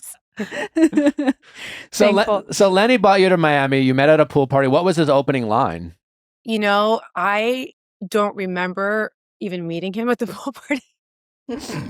He later messaged me or DM'd me on, what was that? MySpace. Wow. So vintage. Very vintage. I had like a really cool MySpace page. Of course you did. Who was your top friend? I was promoting my modeling, and you got to pick the song and the music and the background. It was, What was I don't the know why song? I don't. You could change the music all the time, and you could make like different backdrops, and it was like really fun. I spent most of my time in my accounting days when I was an accountant in a different life, like updating my MySpace. Yeah. Yeah, that was mostly ranking friends, changing my music. Yeah. It kept you busy. Oh, right. I learned how to code Top back then. 10 Yeah, you could have 10 friends. Top 8. You could change it actually. Top 8. Yeah. Ugh. You could was change it to exclusive. just a top friend. It was fun. And then I got this, I remember that some Tila Tequila. She was like the big face of MySpace. Yes. Remember that one? Yeah. And so Lenny messaged me and it was something like, what would it take you to come out to Miami? I ignored it. I was like, what's this? I got a lot of creepy messages. It wasn't that creepy, but I ignored it. And then later a mutual friend said, why don't we go to Miami for Halloween? I said, sure. And then I was set up, but somehow it became a blind date with my ex. Oh. That's like too much time. Right. So went on this blind date and went to the Halloween party. And then I remember the mutual friend saying, one day this could all be yours. And I was laughing. I thought that was funny. And then it was until it wasn't. Well, I mean, looking back at your life, like you being in Toronto, looking back, did you ever imagine your life as what it is now? I really didn't know where my life was going to take me. I just knew I wanted to be an actress and I wanted to live in LA and, be on a soap opera. And I I guess that's where I am. Honestly, You are on Yeah. a soap you've opera. made it. Yeah. What if you could have acted on any soap opera? What would have been your soap opera of choice? My mom loved Young and the Restless and The Bold and the Beautiful. Yeah. I so much so that I actually learned how to play the Young and the Restless song there. No way. Yeah, so I can play that. I would play that I played that for a recital, and my mom just loved it, and she would always ask me to play it for her. It was like, Did you ever meet Eileen from Young and the Restless from Beverly Hills? no, I've never met. Oh yeah. No. Mhm. So let's see. Should we just dive into the all things divorce and Lenny, and then we'll just move on from. Should we just dive into Lenny? Enough of this small talk. Yeah. Give us the tea, Lisa. All right. So when did it all go wrong? Was there a turning point in the marriage where you felt like, this is not what I thought I signed up for. This isn't the man that I thought I married. Was there, or was it just kind of a gradual, crumbling of the marriage? Well, there was an incident, and I did speak about it in season 5 that happened before my son was born, obviously, where we were separated for maybe a month and a half. We were separated, and I was still in the house. I caught him cheating. I don't want to give this person any time because no airtime. So you for that caught him person. cheating with a loser. Did I say loser? No, I No, did. he is. Yeah, I'm saying we don't want to give him. Yeah, okay, you said it. We're just going to call them Yeah, losers. you said it. Yeah, I said it. Yeah. Yeah. If you're gonna go after a married man, you're a loser. Mhm. Period. Mm-hmm. Period. I don't like cheaters, and I don't like. Yeah, they're just bad people, and I wouldn't want to do business with them. I don't want to be friends with them. I don't want to have anything to do with cheaters. I don't know why I got back together with my ex, but again, I had my kids, so there's that. So this was after the birth of your son that you caught him cheating. No, before. the first time that when I caught him was before. It was around, funny thing. It was around a Halloween party. That's when he started this thing. Okay. The infamous Halloween parties that I hated. I hated because they were just full of. It was like speed dating maybe for him. Now that I look back on it, Just a bevy of half-dressed women. Yeah. Yeah. I look. I'm not a prude. I like parties, and I met him also at the Halloween party. Wow, huh? The patterns. Yeah. So the Halloween parties are the problem. Yeah. So the Halloween parties are the problem, and they just became more and more and more of a problem because there was always communication with single women on Instagram, inappropriate. I didn't like it. I felt like the crazy one because I would say, I don't like it. It would lead to huge fights between him and I. And he really made me feel crazy. Like I was wrong, that's not normal for me to not be okay with him having friends. He's like, they're just friends. I'm like, no. You shouldn't have like single women friends that are in their 20s. Nope. Was he pretending like a photographer who pretends he's like, I'm just a photographer and I want to shoot you or whatever? And like, was he like offering like plastic surgery advice? Was he like saying like, what was he saying was the origins of these friendships? Or was he just like, oh, we're just friends? It started off as the invite to the Halloween party. Oh, okay. It was always about the Halloween party. The Halloween party is a big part of what led to a divorce. Okay, so how did you catch him cheating? You saw it on his phone? You like The first time, which was in 2013, I saw it on his Instagram. I like Snoop sometimes. Sure. Why not? Yeah. And like I think we all do a little bit. His computer was open and I looked and I see this message from this woman. And I'm like, that's odd. And then I somehow was able to get his password for his iCloud, like iMessage. So I had that. And then I found out and I confronted him. What did he say? And then he finally admitted it and wanted a divorce and said he didn't love me And I remember falling to the ground. It's like falling to the ground. So Lenny has reportedly denied having an affair, saying that you were living separate lives for months, but he was caught on a hot mic telling a friend that you didn't know and that no one knew about it. What was your reaction to that? Well, I already had, this is how many months later, and I was told by the production that I'm going to see something and I'm not going to love it. But I was told, last minute because apparently they discovered this footage, late into the editing. So I was with Jody when I watched it, and I was at the old house, Star Island house. And when I saw it, I was in tears still because look, it was still fresh, even though I had Jody beside me. Even he was feeling terrible for me to see that, to see him say that while we're having a good vibes. It was a good vibes party.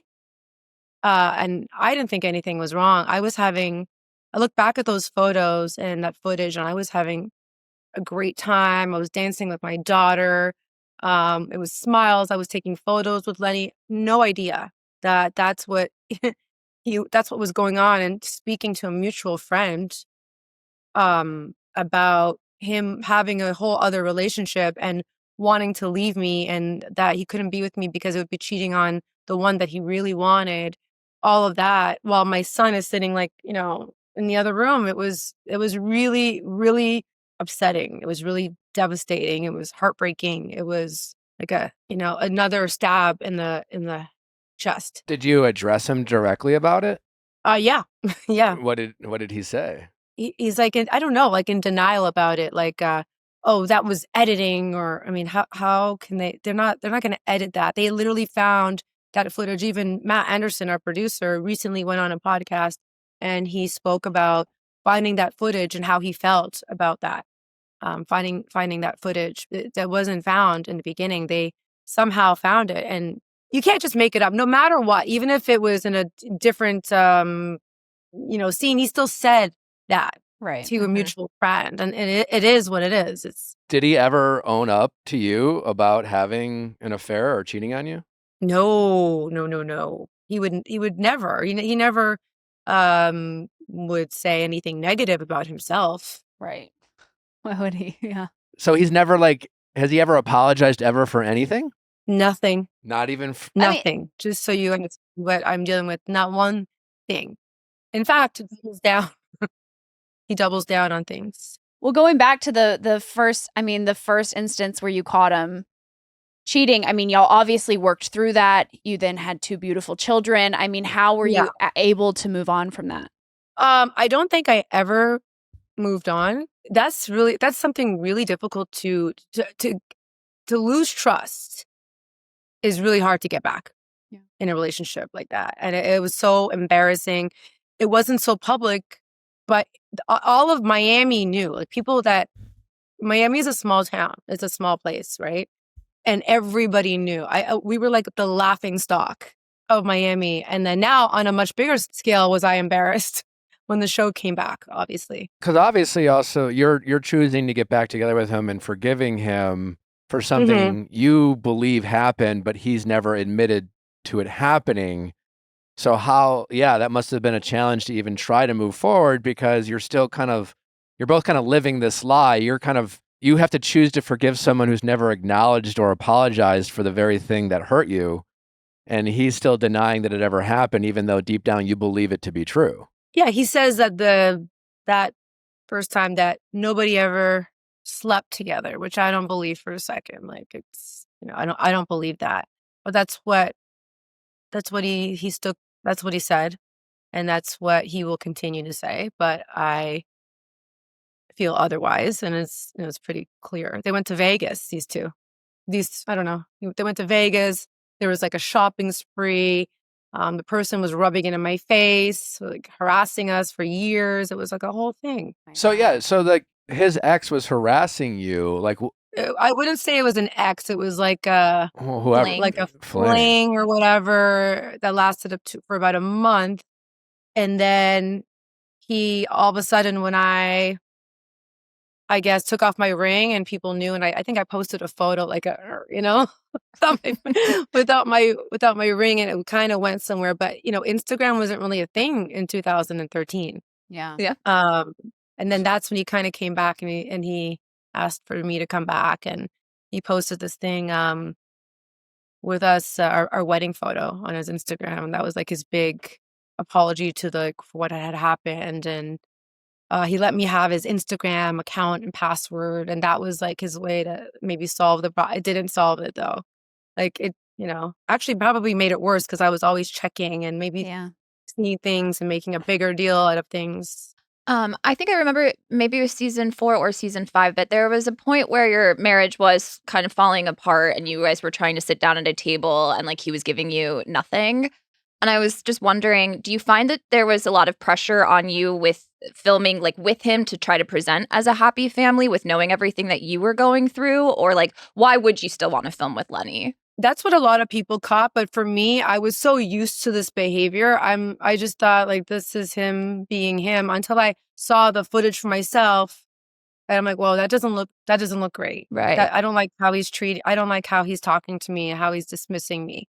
But in the moment, it just felt like our normal banter. Mm-hmm. And sadly, that's what I was used to for years. Looking back, how do you ever like think about moments and watching those scenes back, seeing how he treated you? How would you have wanted to do things differently if you could do them differently? In terms of our marriage or in terms of the show? Like what? I get what exactly? more about the marriage, just more your personal life. Look, I tried to go to therapy. He wasn't into it. He didn't believe in therapy. We tried to do therapy with when the last thing happened, 2013, and I just gave up. And I remember the therapist telling me, like, this is who he is. Yeah. You're going to have to deal with this type of behavior. And I was in love.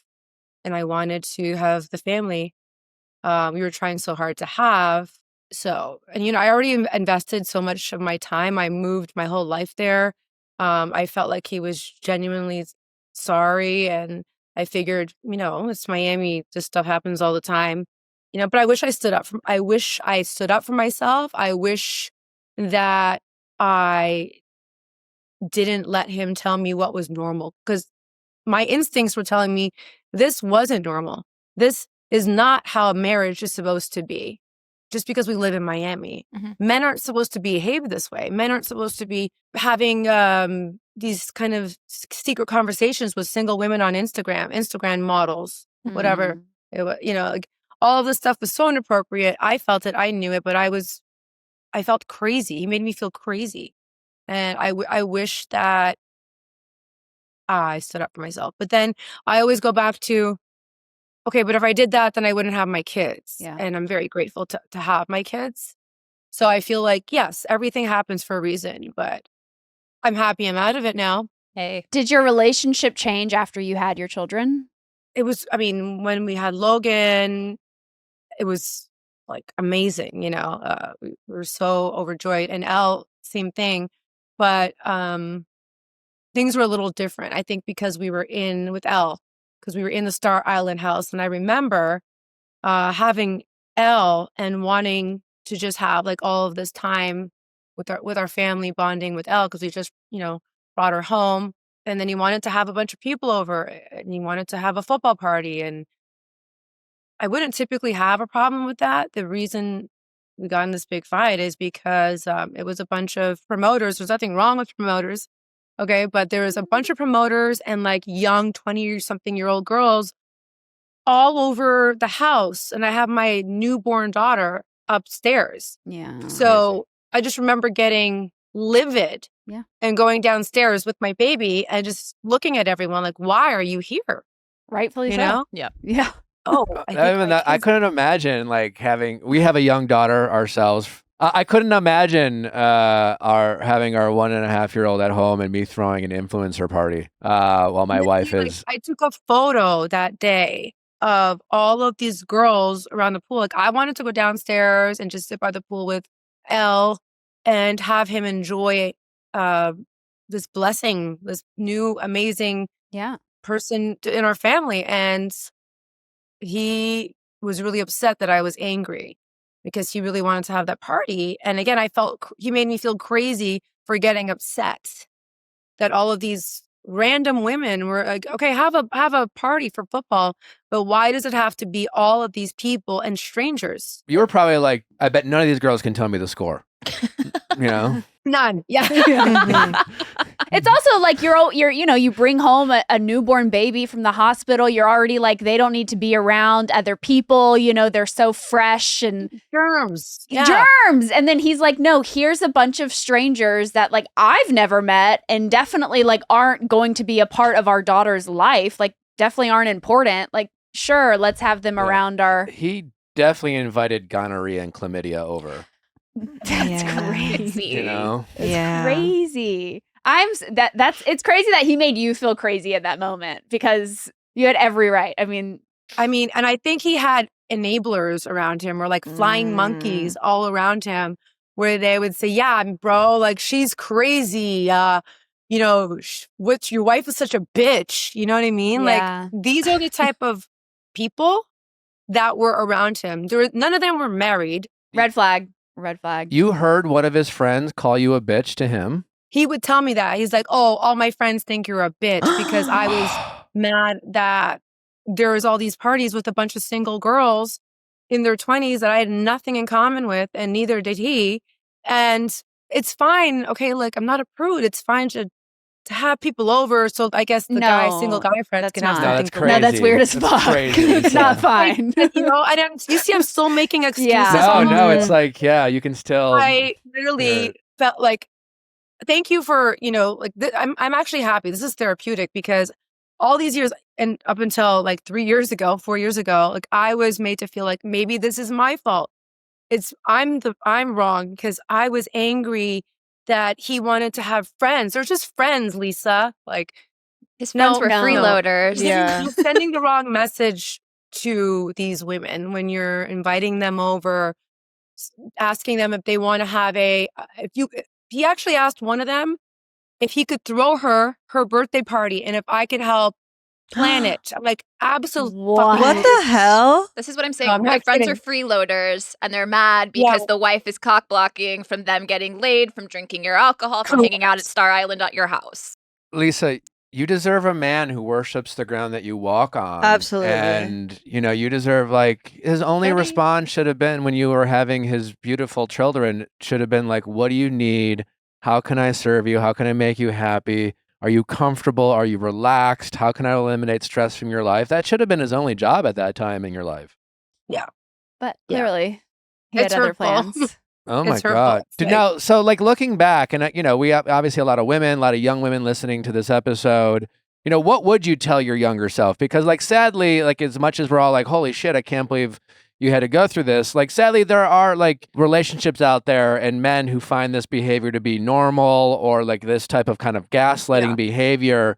So what are those signs that you would have told younger you? And if there's a young woman out there who maybe like they're listening to you talk and she's like, my boyfriend throws parties for models too.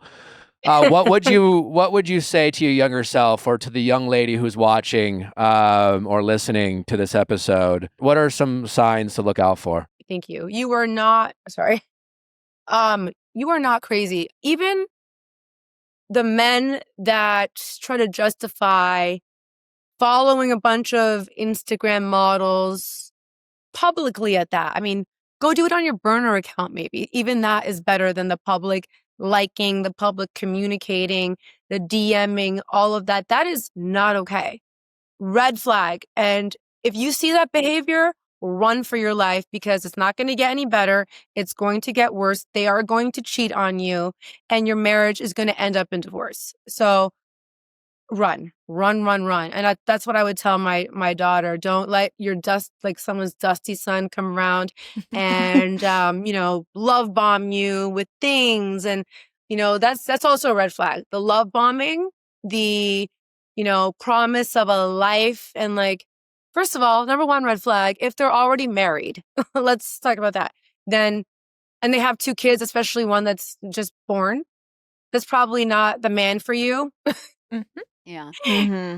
Like the ones. So yeah, like all of that. How have you navigated with your children? Obviously, like, children are sponges. They pay attention to everything, and they have this father who doesn't treat their mother with any ounce of respect. I mean, how are you must be working overtime to like show your children what true love is and like how to actually treat a partner.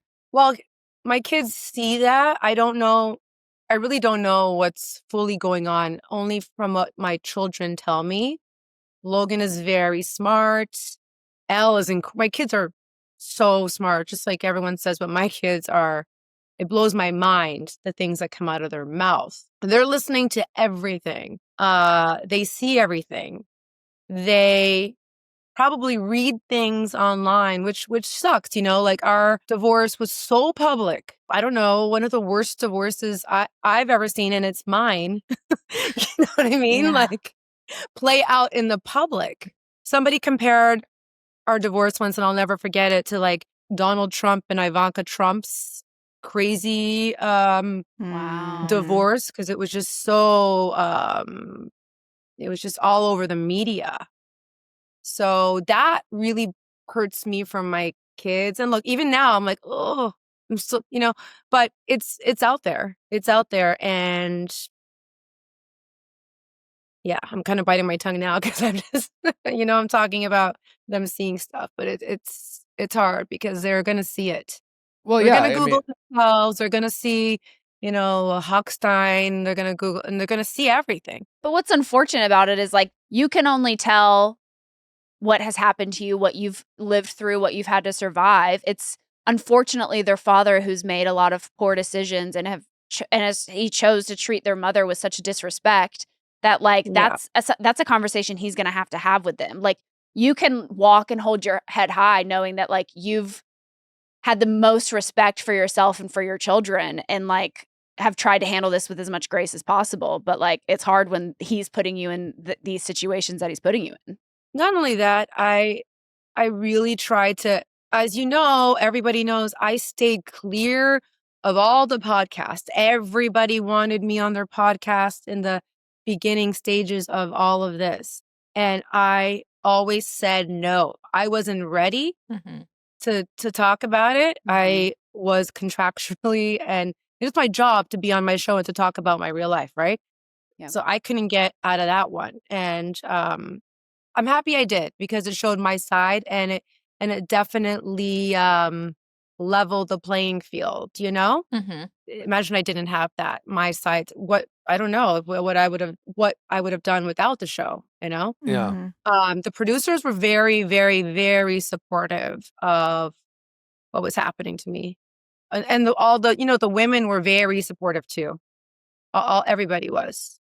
So to have that really, really helped me, because maybe it stopped him from doing worse things, because I did have this platform. Yeah, there's a record of like what you went through, and honestly, I think it was season 6 was like the one during your divorce, and I feel like that was really hard to watch because you're literally just like doing the best you can, and this guy is just throwing grenades at you left and right, and then it's like you have the women.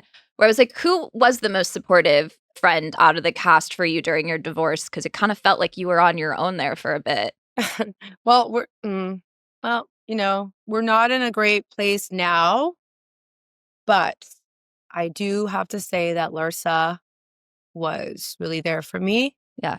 And, I missed that, but things are not so great this year. We'll get into that later, but she was really there for me. Your ex Lenny, you've mentioned a few times publicly that he's a bit of retaliatory in terms of controlling funds and kind of getting back at you and trying to punish you for whatever he thinks you're doing wrong. Is he still making your life miserable, or is he still very retaliatory?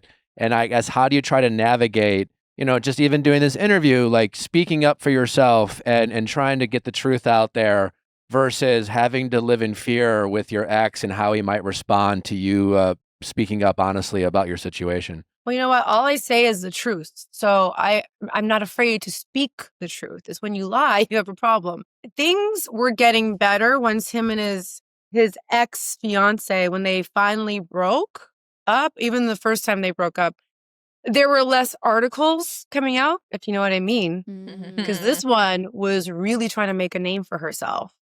I think that she used my family, my kids, the show to gain fame, notoriety. But it didn't work out. And I think after 3 years, seeing that she wasn't being received by anyone in a positive light at all, she wasn't becoming this big famous model that she thought she was going to be. Or I heard someone say allegedly that she wanted to be the new queen of Miami, which I've never even called myself the queen of Miami. You know, Please. there was a lot of more issues when they were together, because I feel that she was inserting herself so much into our divorce that it made it 10 times worse. And then it got a little bit easier. And I don't know, now it's not again. So it's a lot of up and down with this man. It's not great right now, for sure. Is that because he has a new girlfriend? Is that true? Is he dating someone new? Yeah, he has a new girlfriend. So I just don't think he's a happy person. How long did you find out about his relationship with his ex-fiance before it went public? How long did you know before everyone else knew? Oh, she was quick to get it out there. Yeah. Okay. Because I remember it was April 27th, 2022. I remember all the dates that are like meaningful, significant dates. It was that date is the day he told me he wants a divorce. And that day I knew that something bad was happening. Like this wasn't a joke. This wasn't a test run. This was actually happening. I actually, 2 months before that, received a DM from a follower fan, I guess. And she said, "I am so sorry, Mrs. Hochstein. I just saw your husband at this building, which turned out to be her building she was living in at that time. And he was with this tall, young, skinny model. And they were all over each other, whatever. And I was actually at a wedding solo because he didn't want to go with me, because I guess this is what he was doing. And on the way back from Palm Beach, it's a long drive. I called him. I'm like, what am I seeing? What's going on? Why are you at this building? Who is this girl? And it's not like this like building you would think somebody would have this great after party. It was just a normal building in Brickell or wherever it was. And he said, "Oh no, it was just like an after party." And I'm like, "Well, you should have been at the wedding with me, but whatever." Mm-hmm. And then turns out that is her building. So it turns out that he was with her even months ago. Not to like judge lifestyles or anything like that, but why is a man in his late 40s, early 50s with 2 children at home and a wife at a wedding going to after parties? He's almost 60, by the way. Oh. He's almost 60. Even better. Sorry. Wait. Yeah, good better. Yeah. Why does he feel like after parties was a priority in his life? Well, I mean, why were Halloween parties a priority? He liked to party. That should have been not a priority. When you need to go through change. People go through changes in life. And like, look, that was maybe what we wanted to do when we first met. But then you have a family and things should change naturally. Mm-hmm. The groups of friends, like I was gravitated towards friends, like friends that had families, and he didn't want that. So we were really kind of like, I guess now that I'm saying it out loud, yeah, those were the issues, Like I wanted a family life. I wanted to be with my kids and go on vacations with like-minded people, like maybe fun parents, not whatever. He just didn't think parents were fun with kids. I'm like, well, some of them are. We're fun. Like, so why maybe there's other fun parents. I mean, if you like being around your kids, they can be fun. Yeah. Yeah. Do you think Lenny's a good dad? I don't. Okay, moving on. All right. Is it difficult, or do any of his new girlfriends or ex-fiancés, do they try being stepmoms or anything like that? Is that kind of weird? Or, how do you handle that shit? Yeah. The last one tried so hard and tried to rub it in my face. And I think that's disgusting. And then, of course, quickly the mask, fell off. You can only put up that performance. You can only be so performative for so long. I don't think she thought she was going to be the girlfriend or fiance for that long. you know? Mhm, And then the mask fell off because like, how can you play this game when you really don't give a shit about my kids or their well-being? I was actually, worried about the kids with her around. I was afraid. So certain things happened. I won't even repeat it, but there were things that happened that were very concerning that the kids were telling me and her friends were telling me. Oh no. Would Yeah. and is it safe to say like you guys completely 100% over, no going back? This is a relationship that will never ever happen again. Is that safe to say? Oh, romantically, never, Yeah. Okay. ever. Just want to make sure. I really had hopes of us one day. I'm like, time will pass. Maybe one day we could be friends. Like maybe, like my boyfriend's ex-wife and her husband. I love them. We go on ski trips together with our kids. I invite them over for Christmas, for Thanksgiving, all of that. It's so beautiful. And I really wish that I was hoping that one day Lenny and I, and not the last girl, she was, that would never happen. But even maybe maybe she has a new one. I was like, I don't know, maybe it could work out. But he's showing me that might never happen. And that's really sad because the hate for me is where is that coming from? Why is there so much hate for me when you did what he did to me and to us publicly? Like it could have been handled so differently, and then we wouldn't be in this predicament. Like I wanted to even help him during times when the business maybe wasn't doing well, like things like that. I was like, how can I help? Would you come on the show and then maybe we could come together and it would be great for everybody, for yourself, for business, for the kids. Like let's show that. And there were times where he was like, maybe, and then it was like, no. And I don't know if he was influenced by the then fiance. I don't know. But there were times I was trying to help. Like I really wanted to help. I really bit my tongue. I wanted to help. Yeah, you sound like one of the most understanding, chill ex-wives ever. Yeah. Like you're so nice. Well, thank you. I mean, I feel like I'm more chill than ever.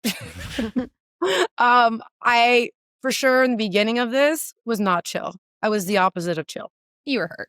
Very. I mean, I'm finally, I think, getting back to my original self, to who I am. And I'm really, I did it. There's a lot of work that came along with that. Therapy, Jody, Alex, my kids, like everything, just time. But it took a long time to get here for sure. I have a question, kind of a diss, but I just noticed that you were 24 when you met Lenny and he was in his 40s. And then like all of his fiancés or ex-girlfriends now are also in their 20s as he's getting older. I'm like, do you think he was having a midlife crisis when he met you? Or like, is he just ever going to grow out of this? I know that he really, when he met me, I know he always wanted children. Okay. Like he really did want kids. I wanted kids. And he was having really bad luck finding someone that he wanted to, be with and have kids with. 16 years is not that bad, I don't think. Like even Nick and I are 18 years, so yeah, you're in good company. yeah.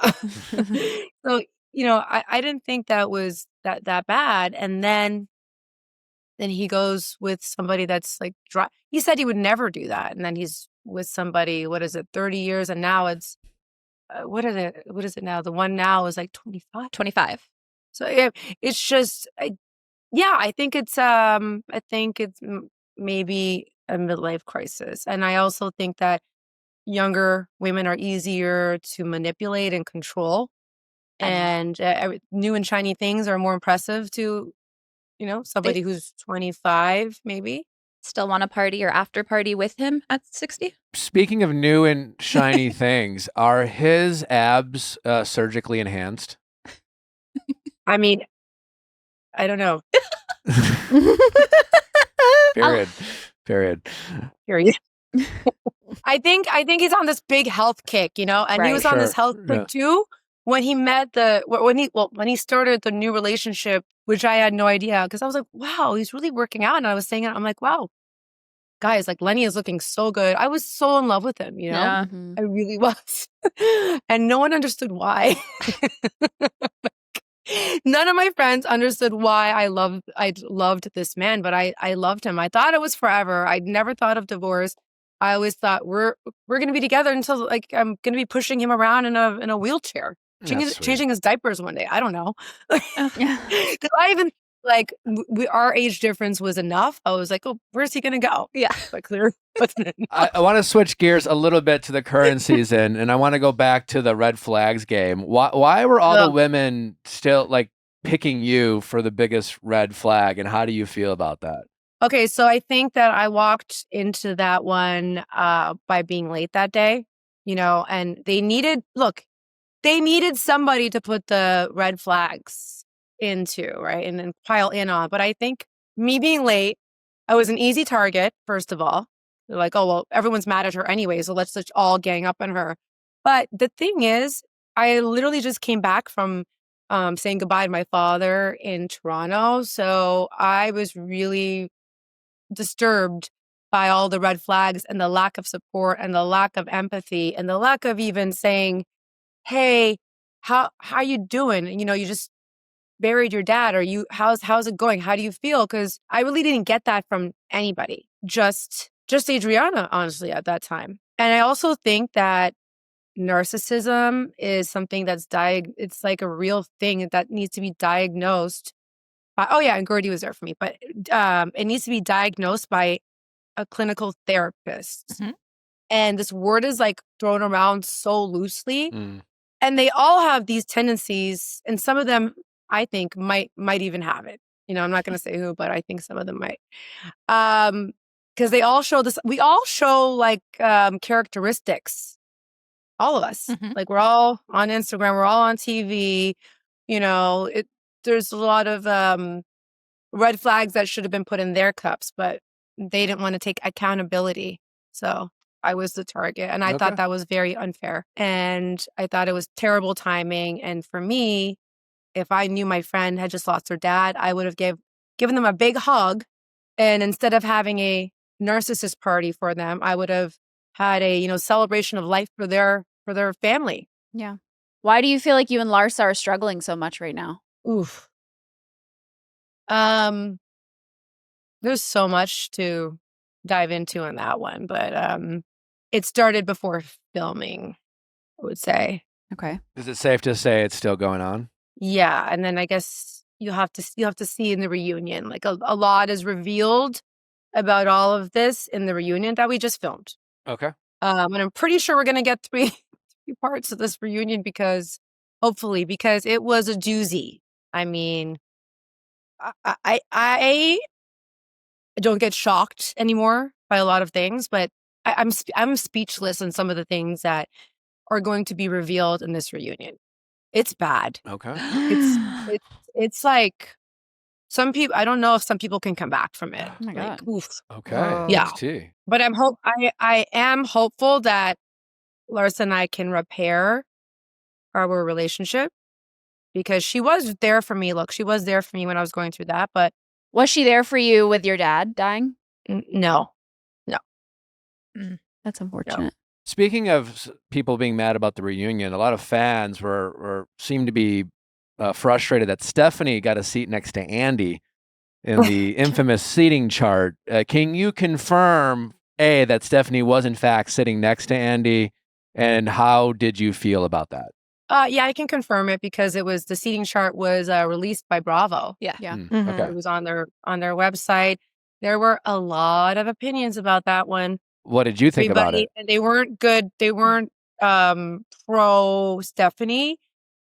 For me, I didn't care. Like, look, I was just happy to be second seat. I'm first or second, which I am usually first or second, and I don't think I've ever been third. That's right, Period. Lisa. Let's go. There you go. Exactly. I'm always first or second, so I was like, yeah, whatever.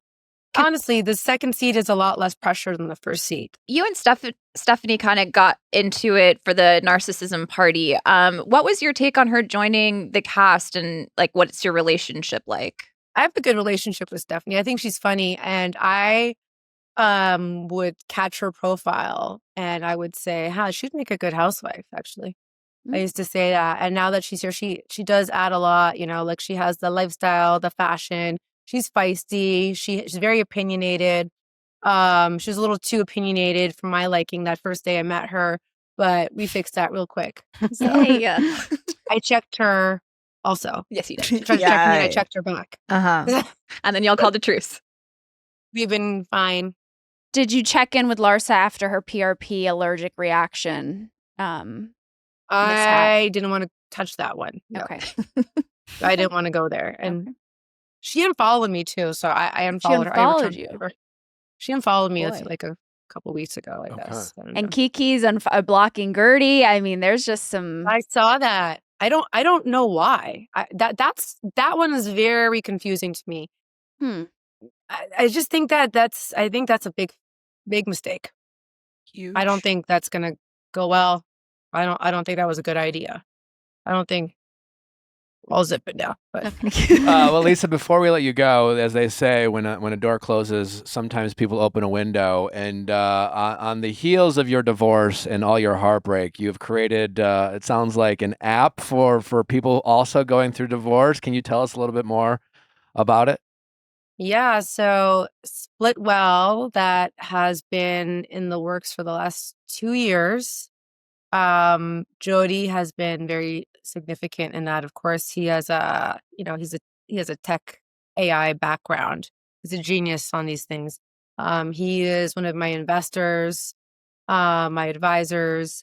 It's an AI powered divorce support app, which I think is really the first of its kind. And I saw the need for this going through what I was going through. And then now AI at that time was just becoming very, very, very popular. And people were just starting to understand it. And as I think everyone knows now, you need to get on that train because that's where the world is headed. So I think we got on that at the right time. And I think the tools, AI is just amazing if it's used properly. And it saved me thousands of dollars when we were still in beta testing for this app. It has everything you can think of to help you through your divorce, recommended attorneys, a note taker app. I mean, a note taker within the app is one of the features. It has a document. You can enter all of your documents, upload them. It translates them. It has everything to help de-escalate the conflict, to reduce the cost, and to level the playing field, to level the power. Because a lot of the times the men, they're back factually, they have the power, they have the advantage in the divorce because they usually have the money. They have more of the understanding of legal. Most women like myself had no idea. I've never even gotten so much as a speeding ticket. So having to call your lawyer for every little thing is very expensive. So this helps with all of that. It's actually free right now. It's available on the App Store. We're launching Android, so Android users can use it very soon and check it out because we want your feedback. There you go. And That's I awesome. think it's going to change the world. I hope so. Sounds like it will. Yeah. Lisa, thank you so much for your time. It was Thank great you. chatting with you. Hopefully next time we'll be able to do it in person. So sorry that you had to go through all this, the divorce and everything, but Thank you. you're very brave. We're very lucky to have been able to chat with you. Please let my audience know where they can find you and follow you and all that fun stuff. Yeah. Lisa Hochstein. That's it everywhere. Lisa Hochstein. And then Splitwell app on Instagram. Perfect. We're trying to get Splitwell, but someone stole it or something.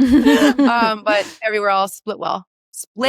Well. You want to split and you want to do it well. Love it. All right, Lisa. Good luck with everything going forward. I'm glad you don't have to go any more influencer parties.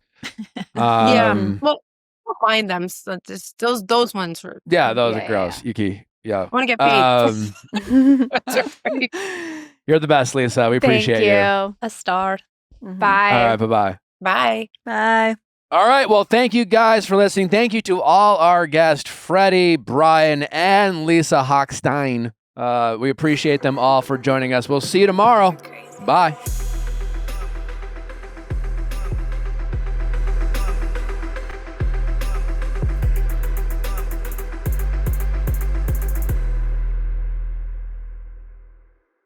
Hey guys, if you loved what you listened to, make sure you hit that subscribe button below. Thanks for listening. We'll see you next time.